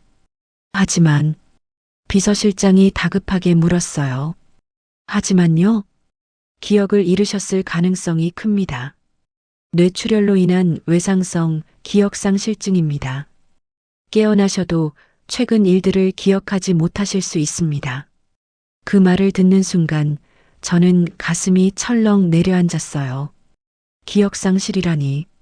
그럼 저와 나눴던 대화도, 우리 집 사정도, 강태준 이 사건도 전부 잊으신다는 말인가요? 저는 그 자리에서 주저앉았습니다. 끝났구나. 정말 끝났어. 사흘 뒤인 10월 31일 아침 회장님이 깨어나셨다는 연락을 받았습니다. 저는 급히 병원으로 달려갔어요. 하지만 의사의 말대로 회장님은 최근 한 달간의 기억을 완전히 잃으신 상태였습니다. 이 학생은 누구지? 회장님이 저를 보며 물으셨을 때 제 마음은 산산조각 났습니다. 회장님을 산에서 구해드린 학생입니다. 비서실장이 대신 설명했지만 회장님은 고개를 갸우뚱하실 뿐이었어요. 저는 병실을 나왔습니다. 복도에서 비서실장이 저를 따라왔어요. 학생, 정말 죄송합니다. 회장님께서 기억을 못하시니. 괜찮습니다. 어쩔 수 없는 일이죠. 저는 담담하게 대답했습니다.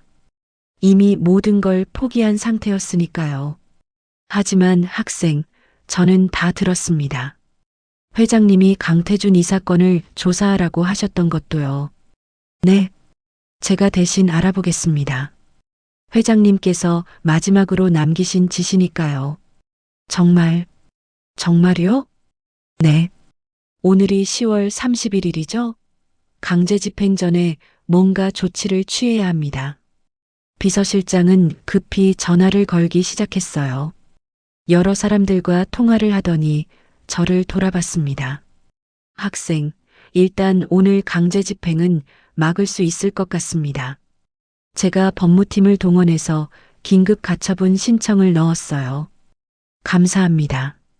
정말 감사합니다. 하지만 비서실장의 표정은 여전히 어두웠어요. 하지만 이건 시간을 버는 것뿐입니다. 근본적인 해결책이 필요해요. 그날 오후 놀라운 일이 벌어졌습니다. 비서실장이 긴급하게 저를 불렀어요. 학생, 큰 걸 발견했습니다. 뭘 발견하셨는데요? 강태준 이사의 비리 증거를요. 비서실장은 서류 뭉치를 꺼내 보여줬습니다. 강태준 이사가 지난 5년간 회사 돈을 횡령해 왔습니다. 금액이 무려 50억 원이 넘어요.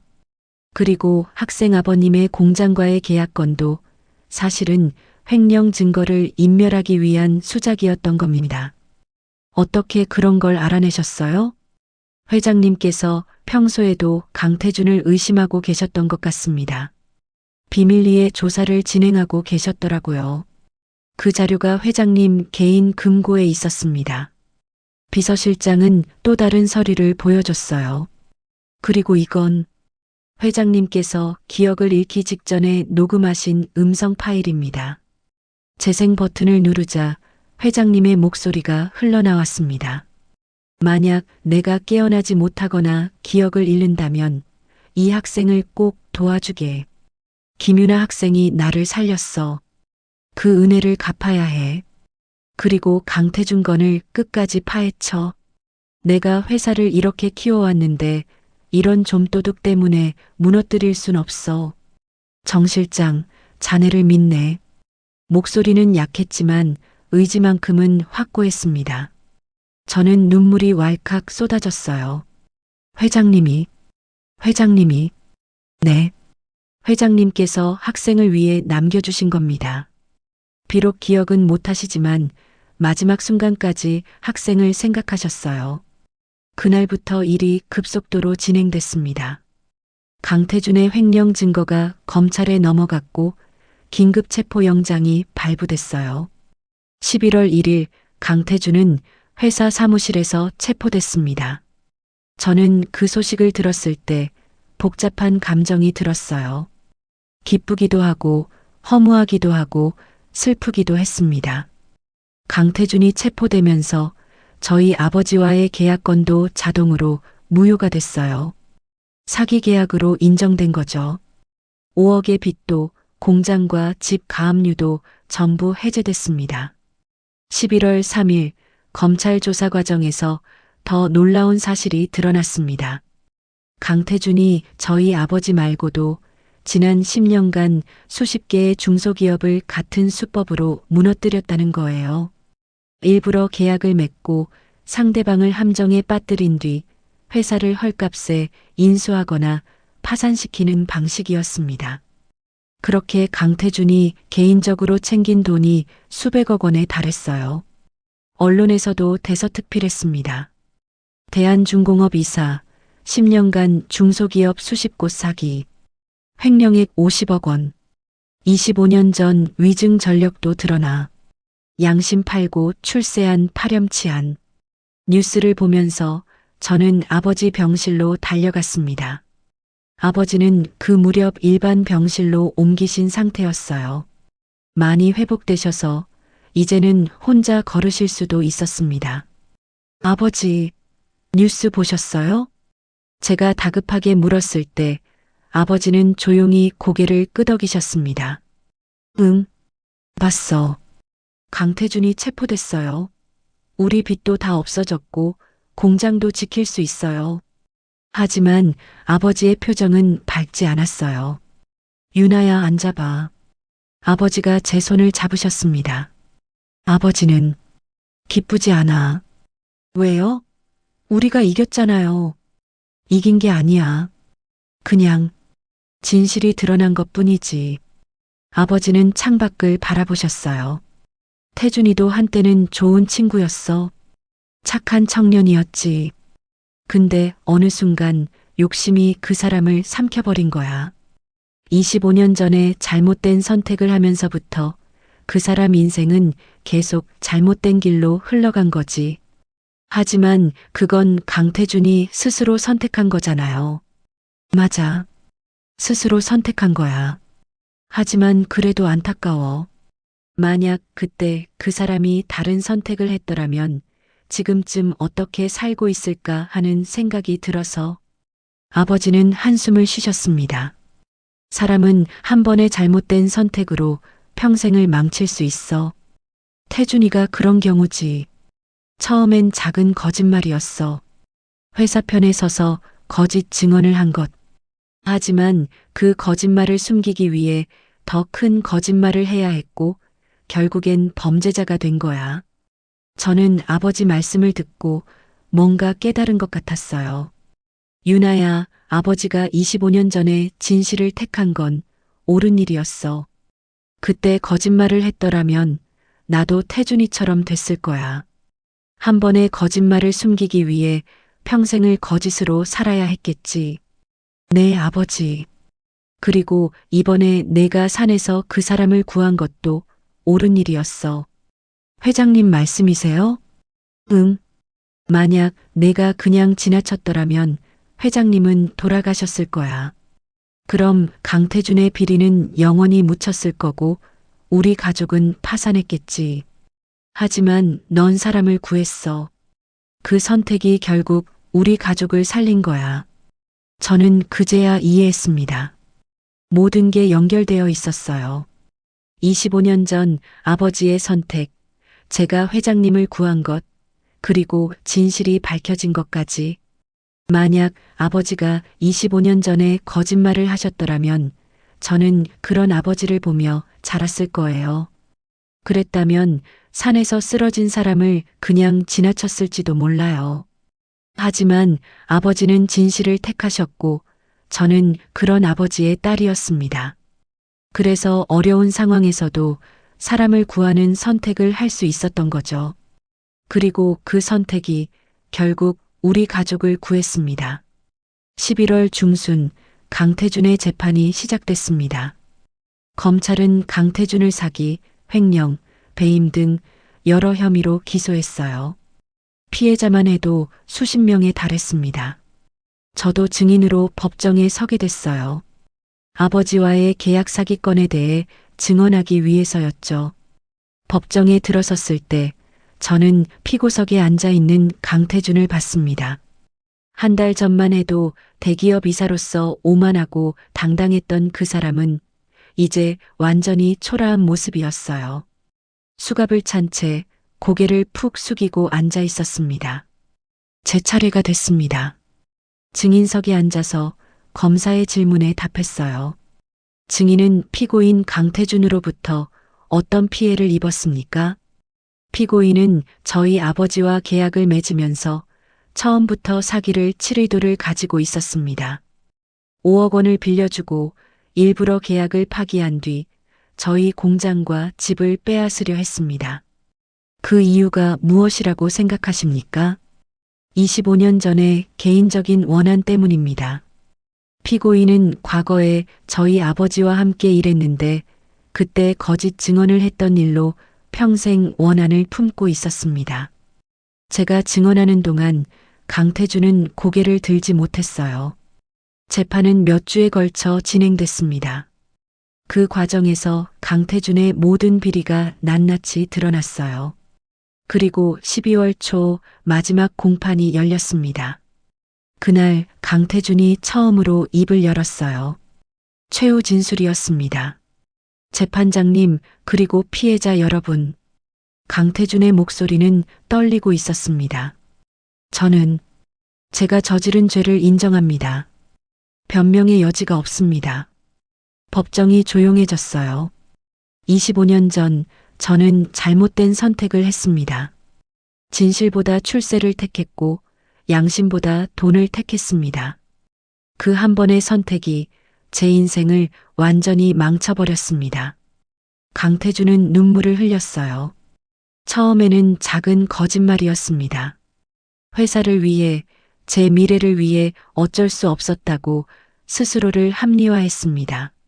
하지만 그 거짓말을 숨기기 위해 더 큰 거짓말을 해야 했고 결국엔 범죄자가 됐습니다. 그는 방청석을 돌아봤습니다. 저와 아버지가 앉아있는 쪽을 바라봤어요. 김정수 씨, 그리고 따님 유나 씨, 정말 죄송합니다. 강태준이 법정에서 무릎을 꿇었습니다. 25년 동안 저는 당신을 원망했습니다. 당신이 진실을 말하는 바람에 제가 거짓말쟁이가 됐다고 생각했습니다. 하지만 이제 깨달았습니다. 잘못한 건 당신이 아니라 저였습니다. 법정이 술렁거렸어요. 당신은 옳은 일을 했습니다. 진실을 말한 것뿐입니다. 하지만 저는 비겁하게 거짓말을 했고 그 대가로 출세를 했습니다. 그리고 그게 얼마나 부끄러운 일인지 25년이 지나서야 깨달았습니다. 강태준은 흐느꼈어요. 유나 씨, 당신이 산에서 회장님을 구한 것, 그것도 제게는 큰 깨달음이었습니다. 당신은 낯선 사람의 목숨을 구하기 위해 자신을 희생했습니다. 그게 바로 진짜 용기입니다. 25년 전 당신 아버지가 보여줬던 그 용기요. 아버지가 옆에서 조용히 눈물을 흘리고 계셨어요. 저는 제가 저지른 죄에 대한 벌을 달게 받겠습니다. 그리고 남은 인생 동안 제가 해친 사람들에게 속죄하며 살겠습니다. 강태준의 최후 진술이 끝났을 때 법정은 한동안 조용했습니다. 판사가 입을 열었어요. 피고인 강태준에 대한 판결을 선고합니다. 징역 10년, 벌금 50억 원을 선고합니다. 강태준은 고개를 숙인 채 판결을 받아들였습니다. 재판이 끝나고 강태준이 법정 밖으로 나갈 때 저와 눈이 마주쳤어요. 그는 저를 향해 깊게 고개를 숙였습니다. 저도 모르게 고개를 숙여 답례했어요. 그게 강태준과의 마지막 만남이었습니다. 법정을 나와서 아버지와 저는 한동안 말없이 걸었습니다. 아버지, 어떠세요? 기분이. 글쎄, 뭐라 말하기 어렵구나. 아버지는 하늘을 올려다보셨어요. 승리한 것 같기도 하고 그냥 허무한 것 같기도 하고 태준이를 보니까 옛날 생각이 많이 나더라. 그 친구도 원래는 착한 애였거든. 사람이 변한 거겠죠? 응. 욕심 때문에 변한 거지. 그리고 한번 잘못된 길로 들어서면 돌아오기가 정말 어려운 거야. 우리는 병원으로 돌아왔습니다. 아버지는 아직 완전히 회복되지 않으셔서 정기적으로 검진을 받고 계셨거든요. 그런데 병원에서 뜻밖의 사람을 만났습니다. 대한중공업 회장님이셨어요. 아, 김정수 씨시죠? 그리고 따님. 회장님은 휠체어를 타고 계셨어요. 다리 깁스는 아직 풀리지 않으신 모양이었습니다. 회장님, 안녕하십니까? 아버지가 공손하게 인사하셨어요. 비록 기억은 못하지만 따님이 날 구해줬다고 들었습니다. 정말 감사합니다. 아닙니다. 당연한 일을 했을 뿐입니다. 당연한 일이라니요. 요즘 세상에 그렇게 할 수 있는 사람이 몇이나 되겠습니까? 회장님은 저를 바라봤어요. 따님, 제가 비록 그때 일을 기억하진 못하지만 정 실장한테서 다 들었습니다. 내가 학생한테 약속했던 것들도요. 괜찮으세요? 이미 다 해결됐으니까요. 아닙니다. 약속은 지켜야죠. 회장님은 비서실장한테 서류 봉투를 받아서 저한테 건넸어요. 이게 뭐예요? 장학금 지원 계약서입니다. 학생이 대학을 졸업할 때까지 전액 장학금을 지원하겠습니다. 그리고 졸업 후에 우리 회사에 입사할 의향이 있다면 언제든 환영합니다. 저는 놀라서 서류를 바라봤어요. 이런 건 받을 수 없어요. 왜요? 학생이 내 목숨을 살렸는데 이 정도는 당연한 거 아닙니까? 하지만 아버지가 제 어깨를 토닥이셨어요. 유나야, 받아라. 내가 받을 자격이 있어. 하지만 아버지, 좋은 일을 하면 좋은 결과가 따라오는 법이야. 그게 세상의 이치지. 아버지 말씀에 저는 결국 고개를 끄덕였습니다. 감사합니다, 회장님. 열심히 공부하겠습니다. 회장님은 만족스럽게 웃으셨어요. 그리고 김정수 씨, 당신 회사와 정식으로 납품 계약을 다시 맺고 싶습니다. 물론 이번엔 공정한 조건으로요. 정말입니까? 아버지 얼굴이 밝아졌어요. 네. 정 실장이 조사해 보니 당신 회사 제품 품질이 상당히 우수하더군요. 강태준이 트집을 잡았던 것뿐이지 실제로는 우리 회사 기준을 충분히 충족합니다. 감사합니다. 정말 감사합니다. 아버지가 깊게 고개를 숙이셨어요. 하지만 회장님은 손을 저으셨습니다. 감사할 건 없습니다. 이건 비즈니스예요. 서로에게 이익이 되는 거래니까요. 그렇게 우리는 회장님과 작별 인사를 나눴습니다. 병원을 나와서 아버지가 제 손을 꼭 잡으셨어요. 유나야, 네 아버지. 내가 자랑스럽다. 25년 전 아버지가 선택했던 그 길이 옳았다는 걸 내가 증명해줬어. 진실을 택하고 양심을 지키면 결국엔 좋은 일이 생긴다는 걸 말이야. 저는 아버지 품에 안겼습니다. 그리고 한참을 울었어요. 기쁨의 눈물이었습니다. 그날 밤 저는 혼자 설악산을 다시 찾아갔습니다. 회장님을 구했던 그 자리, 그 비탈길 앞에 섰어요. 만약 그날 제가 그냥 지나쳤더라면 어떻게 됐을까요? 회장님은 돌아가셨을 거예요. 강태준의 비리는 영원히 묻혔을 거고 우리 가족은 파산했겠죠. 아버지의 25년 노력도 아버지가 지켜왔던 양심도 다 무너졌을 겁니다. 하지만 저는 그냥 지나치지 않았습니다. 힘들었지만 그 사람을 업고 내려왔어요. 그게 옳은 일이라고 생각했으니까요. 그리고 그 선택이 모든 걸 바꿔놓았습니다. 저는 달빛 아래 그 자리에 오래 서 있었어요. 찬바람이 불었지만 마음만큼은 따뜻했습니다. 아버지의 딸이어서 다행이야. 진실을 택하는 법을 가르쳐 주신 아버지의 딸이어서. 그로부터 몇 개월이 흘렀습니다. 2006년 봄 저는 대학교 4학년이 됐어요. 회장님께서 지원해 주신 장학금 덕분에 학업에만 전념할 수 있었습니다. 아버지는 완전히 회복하셨고 공장도 정상 운영되고 있었어요. 대한중공업과의 새로운 계약 덕분에 오히려 예전보다 사업이 더 잘 됐습니다. 직원도 10명 더 늘렸고 공장 규모도 확장했어요. 아버지는 매일 행복한 얼굴로 출근하셨습니다. 어느 날 저는 편지 한 통을 받았습니다. 발신인은 강태준이었어요. 교도소에서 보낸 편지였습니다. 처음엔 읽을까 말까 고민했지만 결국 봉투를 뜯었어요. 유나 씨께 처음으로 편지를 씁니다. 당신에게 편지를 쓸 자격이 있는지 모르겠지만 그래도 꼭 전하고 싶은 말이 있어서 펜을 들었습니다.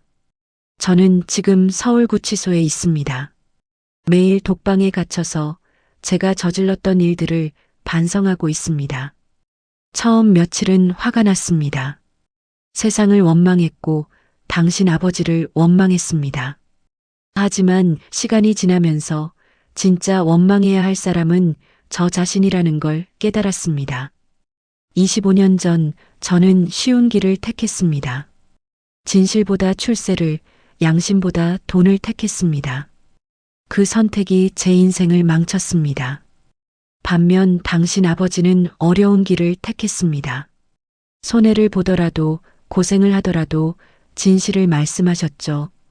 그 선택이 얼마나 위대한 것인지 이제야 알겠습니다. 그리고 당신도 아버지를 닮았더군요. 산에서 회장님을 구했을 때 당신은 힘들었을 겁니다. 그냥 119만 부르고 내려올 수도 있었어요. 하지만 직접 업고 내려왔죠. 그게 바로 진짜 용기입니다. 저는 교도소에서 책을 많이 읽고 있습니다. 특히 철학책을요. 그 중에서 이런 구절을 봤습니다. 사람은 한 번의 선택으로 인생이 결정된다. 그 선택이 옳은 것이었는지는 시간이 지나야 알 수 있다. 25년이라는 시간이 증명했습니다. 당신 아버지의 선택이 옳았다는 걸, 그리고 제 선택이 틀렸다는 걸.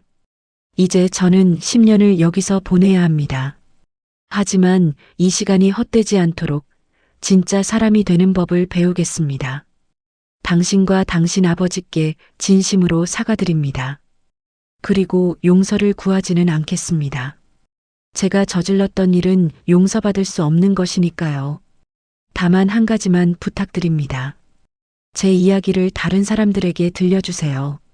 잘못된 선택이 어떤 결과를 가져오는지, 그리고 옳은 선택이 얼마나 귀한 것인지, 그것이 제가 세상에 남길 수 있는 유일한 교훈일 것 같습니다. 건강하세요. 강태준 올림. 편지를 다 읽고 저는 한참을 멍하니 앉아 있었어요. 강태준도 결국 사람이었구나 하는 생각이 들었습니다. 악마가 아니라 그냥 잘못된 선택을 한 평범한 사람.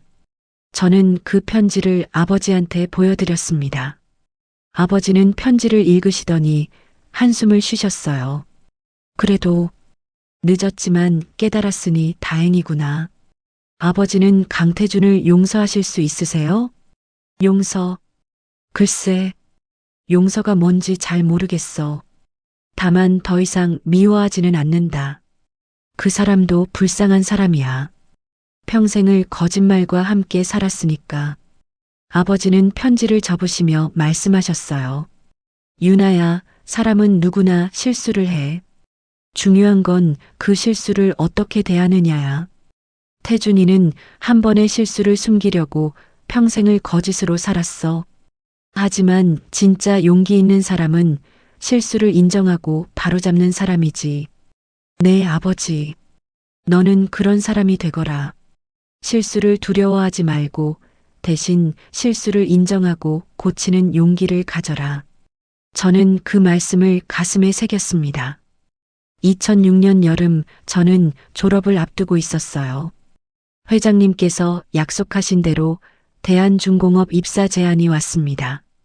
하지만 저는 고민 끝에 거절했어요. 대신 아버지 공장에서 일하기로 했습니다.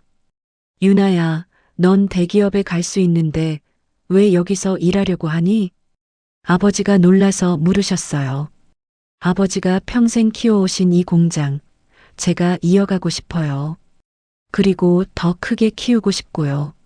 하지만, 아버지, 이건 제 선택이에요. 대기업도 좋지만 저는 아버지와 함께 일하고 싶어요. 아버지는 눈물을 글썽이셨습니다. 그래. 고맙다, 유나야. 저는 대학을 졸업하고 정수섬유에 입사했습니다. 처음엔 말단 사원으로 시작해서 하나씩 배워나갔어요. 아버지는 저를 특별 대우하지 않으셨어요. 오히려 더 엄하게 가르치셨죠. 회사는 인정이 아니라 실력으로 굴러가는 거야. 내가 사장 딸이라고 봐주는 직원은 아무도 없어. 네, 알겠습니다. 저는 열심히 일했습니다. 새벽부터 밤늦게까지 공장 구석구석을 다 배웠어요. 그 과정에서 대한중공업에서 파견 나온 기술지원팀장을 만났습니다. 김민석이라는 30살의 엔지니어였어요. 처음엔 그냥 업무상 만나는 사이였지만 함께 일하면서 점점 가까워졌습니다. 그는 성실하고 정직한 사람이었어요. 아버지를 닮은 것 같았죠. 2008년 저는 김민석과 결혼했습니다. 결혼식 날 회장님께서도 참석해 주셨어요. 축하합니다. 유나 씨. 좋은 남편을 만나셨네요. 감사합니다, 회장님. 회장님 덕분에 여기까지 올 수 있었습니다. 아닙니다. 모두 학생 자신의 힘입니다. 그리고 아버님의 가르침이고요. 회장님은 아버지와 악수하셨어요. 김정수 씨, 따님 정말 잘 키우셨습니다. 과찬의 말씀입니다. 아닙니다. 요즘 같은 세상에 이렇게 올곧은 젊은이를 보기 힘듭니다. 그날 결혼식은 정말 행복했어요. 가족들, 친구들, 회사 동료들이 모두 축하해줬습니다. 특히 아버지가 축사를 하실 때 모두가 눈물을 흘렸어요. 오늘 제 딸이 결혼합니다. 아버지로서 정말 기쁩니다. 하지만 한편으로는 걱정도 됩니다. 세상이 녹록하지 않다는 걸 아버지가 너무 잘 아니까요. 아버지는 잠시 말을 멈추셨어요. 유나야, 아버지가 평생 너한테 가르친 게 하나 있다면 그건 진실이야. 어떤 상황에서도 진실을 택하고 양심을 지키라고 가르쳤지. 그 가르침이 때로는 너를 힘들게 할 거야. 거짓말하는 게 더 편할 때가 있을 거고 양심을 저버리는 게 더 이득일 때가 있을 거야. 하지만 잊지 마라. 진실은 언젠가 드러나고 양심은 언젠가 빛을 발한다는 걸. 아버지의 인생이 그리고 내 경험이 그걸 증명하잖니. 아버지는 눈물을 닦으셨어요. 사랑한다, 내 딸. 그리고 자랑스럽다. 저도 울면서 아버지를 껴안았습니다. 결혼 후 저는 남편과 함께 공장을 키워나갔어요. 아버지는 서서히 은퇴를 준비하셨고 2010년에 저한테 공장을 물려주셨습니다. 유나야, 이제 내 차례다. 이 공장을 잘 키워라. 걱정 마세요, 아버지. 아버지가 지켜온 정직과 진실, 제가 이어가겠습니다. 저는 공장 이름을 바꿨어요. 정수섬유에서 정윤섬유로. 아버지의 정자와 제 이름 윤자를 합친 거였죠. 왜 굳이 이름을 바꾸니? 아버지가 물으셨어요. 아버지의 정신을 이어가되 제 색깔도 더하고 싶어서요. 과거를 존중하면서도 미래를 향해 나아가는 회사로 만들고 싶습니다. 아버지는 만족스럽게 웃으셨어요. 그래, 좋은 생각이다. 정윤섬유는 꾸준히 성장했습니다. 2015년에는 직원이 100명을 넘어섰고 2018년에는 해외 수출도 시작했어요. 그 과정에서 저는 늘 아버지의 가르침을 떠올렸습니다. 어려운 선택의 순간마다 아버지라면 어떻게 하셨을까 생각했어요. 그리고 항상 진실과 양심을 택했습니다. 때로는 손해를 봤어요. 거래처의 부당한 요구를 거절해서 계약을 잃은 적도 있었고 비리를 고발해서 미움을 받은 적도 있었습니다. 하지만 장기적으로는 그게 옳은 선택이었어요. 정직한 회사라는 평판이 쌓이면서 더 좋은 거래처들이 찾아왔고 우수한 인재들이 지원했습니다. 2020년 정윤섬유는 중견기업으로 성장했어요. 직원이 300명이 넘었고 매출도 1,000억 원을 돌파했습니다. 그해 가을 아버지가 돌아가셨습니다. 80살의 나이였어요. 평화롭게 잠들듯이 가셨습니다. 장례식에는 정말 많은 사람들이 왔어요. 공장 직원들, 거래처 사람들, 옛날 동료들, 그리고 놀랍게도 강태준도 왔습니다. 교도소에서 출소한 지 얼마 안 된 그는 초라한 옷차림으로 조문을 왔어요. 조문을 와도 되는지 모르겠습니다만 강태준은 조심스럽게 말했습니다. 와주셔서 감사합니다. 저는 그를 받아들였어요. 강태준은 아버지 영정 앞에 무릎을 꿇었습니다. 그리고 한참을 울었어요. 정수 형, 미안합니다. 정말 미안합니다. 형은 옳은 길을 가셨습니다. 그리고 저는 틀린 길을 갔습니다. 하지만 형 덕분에 저도 깨달을 수 있었습니다. 늦었지만 이제라도 바르게 살겠습니다. 형이 보여주신 그 길을 따라가겠습니다. 강태준의 진심 어린 참회를 보면서 저는 아버지가 옳았다는 걸 다시 한번 확인했어요. 아버지는 25년 동안, 아니 평생 동안 강태준을 원망하지 않으셨습니다. 오히려 안타까워하셨죠. 그리고 그 마음이 결국 강태준을 변화시켰습니다. 아버지의 장례를 치르고 저는 납골 땅에 유고를 모셨어요. 아버지가 생전에 원하시던 곳, 바다가 보이는 조용한 납골 땅이었습니다. 아버지, 편히 쉬세요. 아버지가 가르쳐 주신 대로 저도 정직하게 살겠습니다. 그리고 제 아이들한테도 똑같이 가르치겠습니다. 저는 아버지 영전에 그렇게 약속했습니다. 그로부터 5년이 흘렀습니다. 지금 저는 48살 두 아이의 엄마이자 정윤섬유의 대표입니다. 회사는 계속 성장해서 이제는 대기업 반열에 올랐어요. 직원이 1000명이 넘고 해외 지사도 5개나 됩니다. 하지만 제가 가장 자랑스러워하는 건 회사 규모가 아니에요. 정직한 기업이라는 평판입니다. 정윤섬유는 업계에서 가장 공정하고 투명한 회사로 알려져 있어요. 비리도 없고 갑질도 없고 불공정 거래도 없습니다. 처음엔 그게 손해처럼 보였어요. 다른 회사들은 편법을 써서 더 빨리 성장하는데 우리만 느린 것 같았죠. 하지만 장기적으로는 그게 최고의 경쟁력이었습니다. 요즘 세상에 정직한 회사와 거래하고 싶어 하는 사람들이 많거든요. 오늘 아침 저는 회사 조회 시간에 직원들한테 이야기했습니다. 여러분, 우리 회사가 어떻게 여기까지 왔는지 아십니까? 편법을 쓰지 않았기 때문입니다.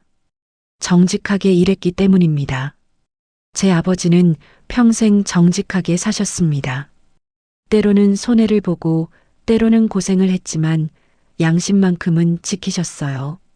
그 정신이 이 회사를 만들었고 여러분 모두가 그 정신을 이어가고 계십니다. 앞으로도 우리는 정직한 회사로 남을 겁니다.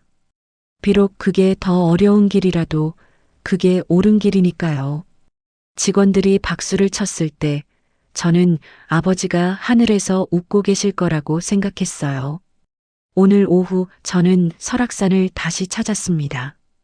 20년 전 회장님을 구했던 그 자리. 지금은 등산로가 잘 정비되어서 예전처럼 위험하지는 않아요. 하지만 저는 그때 그 자리를 정확히 기억하고 있습니다. 그곳에 서서 저는 지난 20년을 되돌아봤어요. 만약 그날 제가 다른 선택을 했더라면 어땠을까요? 회장님을 그냥 지나쳤더라면 우리 가족은 파산했을 거예요. 저는 대학을 중퇴했을 테고 아버지의 꿈도 무너졌겠죠. 하지만 저는 그냥 지나치지 않았습니다. 힘들었지만 옳은 일을 했어요. 그리고 그 선택이 모든 걸 바꿔놓았습니다. 저는 지금도 그때를 생각하면 가슴이 뜁니다. 등에 업힌 그 사람의 무게, 땀으로 범벅이 된 얼굴, 후들거리는 다리. 하지만 동시에 사람을 살렸다는 그 뿌듯함도 기억합니다. 내가 옳은 일을 했구나. 아버지처럼. 저녁에 집으로 돌아오니 21살 된 큰아들이 고민 상담을 하고 싶다고 했어요. 엄마, 나 요즘 고민이 있어. 무슨 고민인데? 회사에서 인턴하잖아. 근데 상사가 거래처한테 리베이트 받는 걸 봤어. 나한테도 입 다물고 있으라는데. 어떻게 해야 해? 저는 아들을 바라봤습니다. 21살. 제가 회장님을 구했을 때와 비슷한 나이예요. 준호야, 내가 어떻게 해야 할지 알잖니? 신고해야 하는 거 알아. 근데 그러면 나만 손해보잖아. 인턴 평가도 나빠질 거고. 그래도 해야 해. 그게 옳은 일이니까. 엄마는 항상 그런 식이야. 옳은 일, 옳은 일. 근데 세상은 그렇게 안 돌아가잖아. 아들이 투덜거렸어요. 저는 아들을 안치고 할아버지 이야기를 들려줬습니다. 25년 전의 선택, 그리고 그 결과를 제가 회장님을 구한 이야기도 했어요. 할아버지는 옳은 일을 하셔서 25년 동안 고생하셨어. 하지만 결국엔 그 선택이 옳았다는 게 증명됐지. 그리고 엄마도 마찬가지야. 준호야, 너도 할아버지의 손자야. 우리 집안은 대대로 정직하게 살아왔어. 그게 우리 가문의 자랑이야. 아들은 한참을 생각하더니 고개를 끄덕였어요. 알았어, 엄마. 내일 신고할게. 용기 있는 선택이야. 엄마가 자랑스럽다. 다음 날 아들은 회사 감사팀에 신고를 했습니다. 그 결과 인턴 계약은 중도 해지됐어요. 아들은 속상해했지만 저는 아들을 꼭 안아줬습니다. 잘했어, 준호야. 정말 잘했어. 근데 엄마, 난 이제 어떡해? 인턴도 잘렸는데. 괜찮아. 정직한 사람은 어디서든 인정받아. 조금 늦을 수는 있어도 반드시 좋은 기회가 올 거야. 그리고 정말로 한 달 뒤 아들한테 더 좋은 회사에서 연락이 왔습니다. 아들이 신고한 일이 업계에 알려지면서 정직한 청년이라는 평판이 생긴 거예요. 엄마 말이 맞았어. 옳은 일을 하면 정말 좋은 결과가 오네. 그럼 할아버지가 그렇게 살아오셨고 엄마도 그렇게 살았어. 이제 내 차례야. 아들은 환하게 웃었습니다. 그 모습을 보면서 저는 아버지의 유산이 3대째 이어지고 있다는 걸 실감했어요. 오늘 저녁 저는 혼자 아버지 사진을 꺼내서 봤습니다. 젊은 시절의 아버지 사진이에요. 30살쯤 됐을 때 공장 앞에서 찍은 사진이었죠. 그때 아버지는 아직 25년 전 사건의 여파로 고생하고 계셨을 거예요. 하지만 사진 속 아버지는 씩씩하게 웃고 계셨습니다. 힘들어도 포기하지 않으셨구나. 옳은 길이라고 믿으셨으니까. 저는 사진을 쓰다듬으며 속으로 말했습니다. 아버지, 제가 아버지의 길을 잘 이어가고 있나요? 아버지가 보시기에 부끄럽지 않게 살고 있나요? 바람이 창문을 흔들었어요. 마치 아버지가 대답하시는 것 같았습니다. 그래, 잘하고 있어. 내 딸 자랑스럽다. 저는 눈물을 닦고 사진을 제자리에 놓았습니다. 그리고 일기장을 꺼내서 오늘 있었던 일을 적기 시작했어요.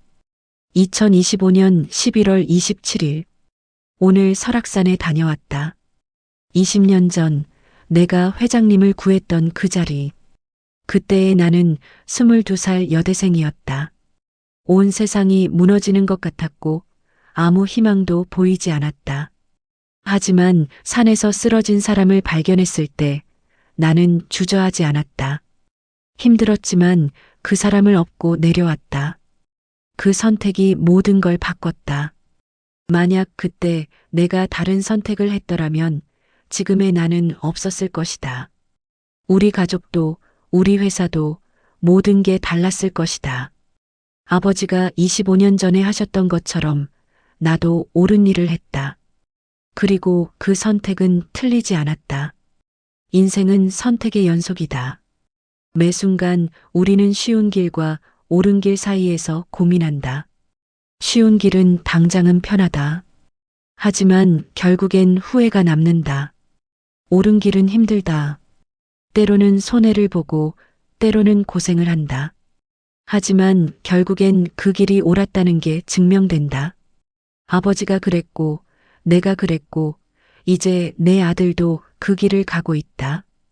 이것이 우리 가문의 유산이다. 돈도 아니고 명예도 아니고 정직과 양심이다. 그리고 나는 이 유산을 다음 세대에게 물려줄 것이다. 일기를 다 쓰고 저는 창밖을 바라봤습니다. 서울의 야경이 아름답게 펼쳐져 있었어요. 반짝이는 불빛들, 움직이는 자동차들, 살아 숨쉬는 도시. 이 도시 어딘가에 지금도 어려운 선택의 기로에 선 사람이 있겠죠. 쉬운 길과 옳은 길 사이에서 고민하는 사람. 저는 그 사람들에게 말해주고 싶습니다. 옳은 길을 선택하세요. 비록 힘들어도 결국엔 그게 당신을 구원할 겁니다. 마지막으로 저는 제 인생의 터닝 포인트였던 그날을 떠올려 봅니다. 2005년 10월 27일 설악산 등산로. 쓰러져 있던 한 남자를 발견했을 때 저는 두 가지 선택지가 있었어요.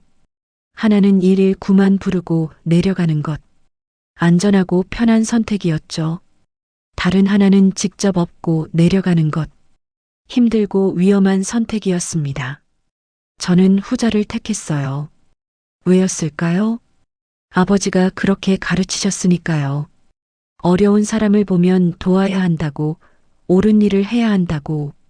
그리고 그 선택이 제 인생을 바꿨습니다. 아니, 제 인생뿐만 아니라 우리 가족의 운명을, 수백 명 직원들의 삶을, 그리고 강태준이라는 한 사람의 영혼까지 바꿨습니다.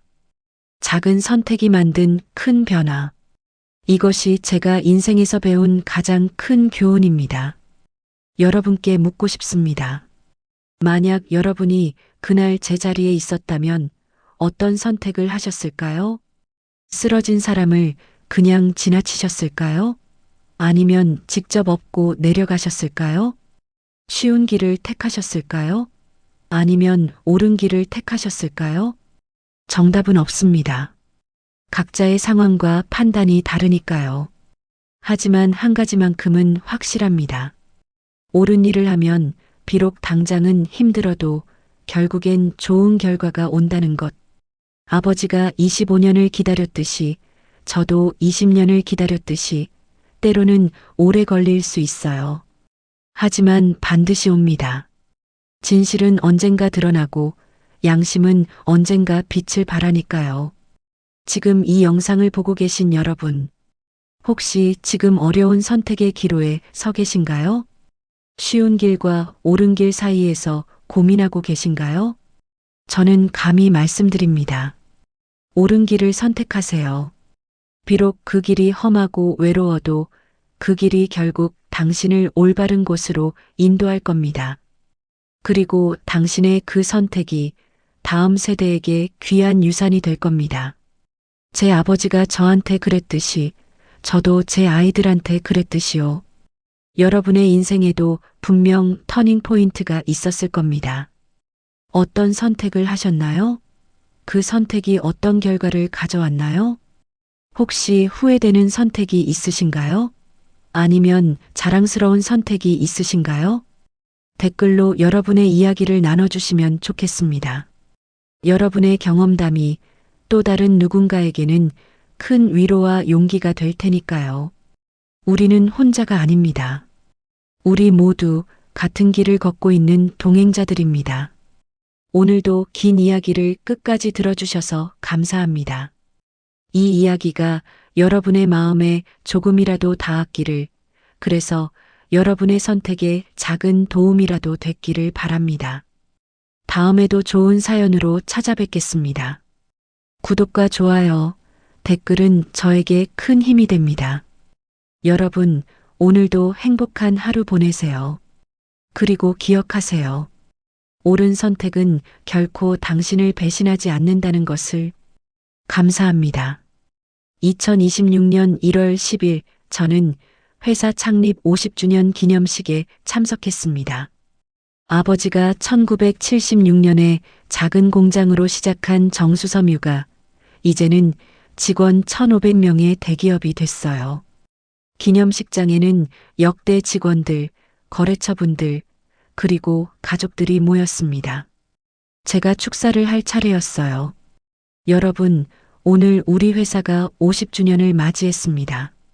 하지만 이 자리에 계셔야 할 가장 중요한 분은 여기 안 계십니다. 바로 우리 회사를 창업하신 제 아버지, 김정수 회장님입니다. 저는 무대 뒤편에 걸린 아버지 사진을 바라봤어요. 아버지는 평생 한 가지 원칙을 지키셨습니다. 정직. 그게 전부였습니다. 편법을 쓰면 더 빨리 성장할 수 있었지만 아버지는 그러지 않으셨어요. 왜냐하면 아버지는 알고 계셨습니다. 진짜 성공은 돈이나 명예가 아니라 떳떳한 양심이라는 거리요. 오늘 이 자리에 계신 여러분 모두 그 정신을 이어가고 계십니다. 그래서 우리 회사는 50년 동안 한 번도 비리가 없었고 한 번도 불공정 거래가 없었습니다. 이게 우리의 자랑이고 우리의 경쟁력입니다. 박수가 터져 나왔습니다. 앞으로 50년, 아니 100년 후에도 우리 회사는 정직한 회사로 기억될 겁니다. 그리고 그게 바로 아버지가 우리에게 남겨주신 가장 큰 유산입니다. 기념식이 끝나고 저는 혼자 조용히 아버지 사진 앞에 섰습니다. 아버지, 제가 잘하고 있나요? 아버지의 뜻을 잘 이어가고 있나요? 사진 속 아버지는 여전히 환하게 웃고 계셨습니다. 저는 그 미소를 보면서 확신했어요. 맞아. 나는 잘하고 있어. 아버지가 자랑스러워 하실 거야. 그날 밤 집으로 돌아와서 손주들과 저녁을 먹었습니다. 7살 된 손녀 서연이가 물었어요. 할머니, 증조할아버지는 어떤 분이셨어요? 증조할아버지는요, 세상에서 가장 정직한 분이셨단다. 정직이 뭐예요? 거짓말 안 하고 옳은 일만 하는 거야. 그럼 손해보지 않아요? 아이의 순진한 질문에 저는 웃음이 났어요. 처음엔 손해보는 것처럼 보일 수 있어. 하지만 결국엔 가장 큰 이익이 된단다. 왜요? 사람들이 믿어주니까. 정직한 사람은 어디를 가도 환영받는단다. 서연이는 고개를 끄덕였어요. 그럼 저도 정직한 사람이 될래요. 그래, 우리 서연이. 증조할아버지처럼 할머니처럼 정직한 사람이 되렴. 저는 손녀를 꼭 안았습니다. 그리고 생각했어요. 이렇게 우리 가문의 정신은 4대, 5대로 이어지겠구나. 진정한 유산은 돈이 아니라 정신입니다. 아버지가 저한테 물려주신 것은 회사나 재산이 아니라 정직과 양심이었습니다. 그리고 저는 그것을 제 아이들한테, 손주들한테 물려줄 겁니다. 이것이 제 인생의 이야기이고 우리 가족의 이야기입니다. 그리고 여러분도 자신만의 이야기를 만들어 가시길 바랍니다. 옳은 선택으로 가득한 후회 없는 이야기를요. 감사합니다.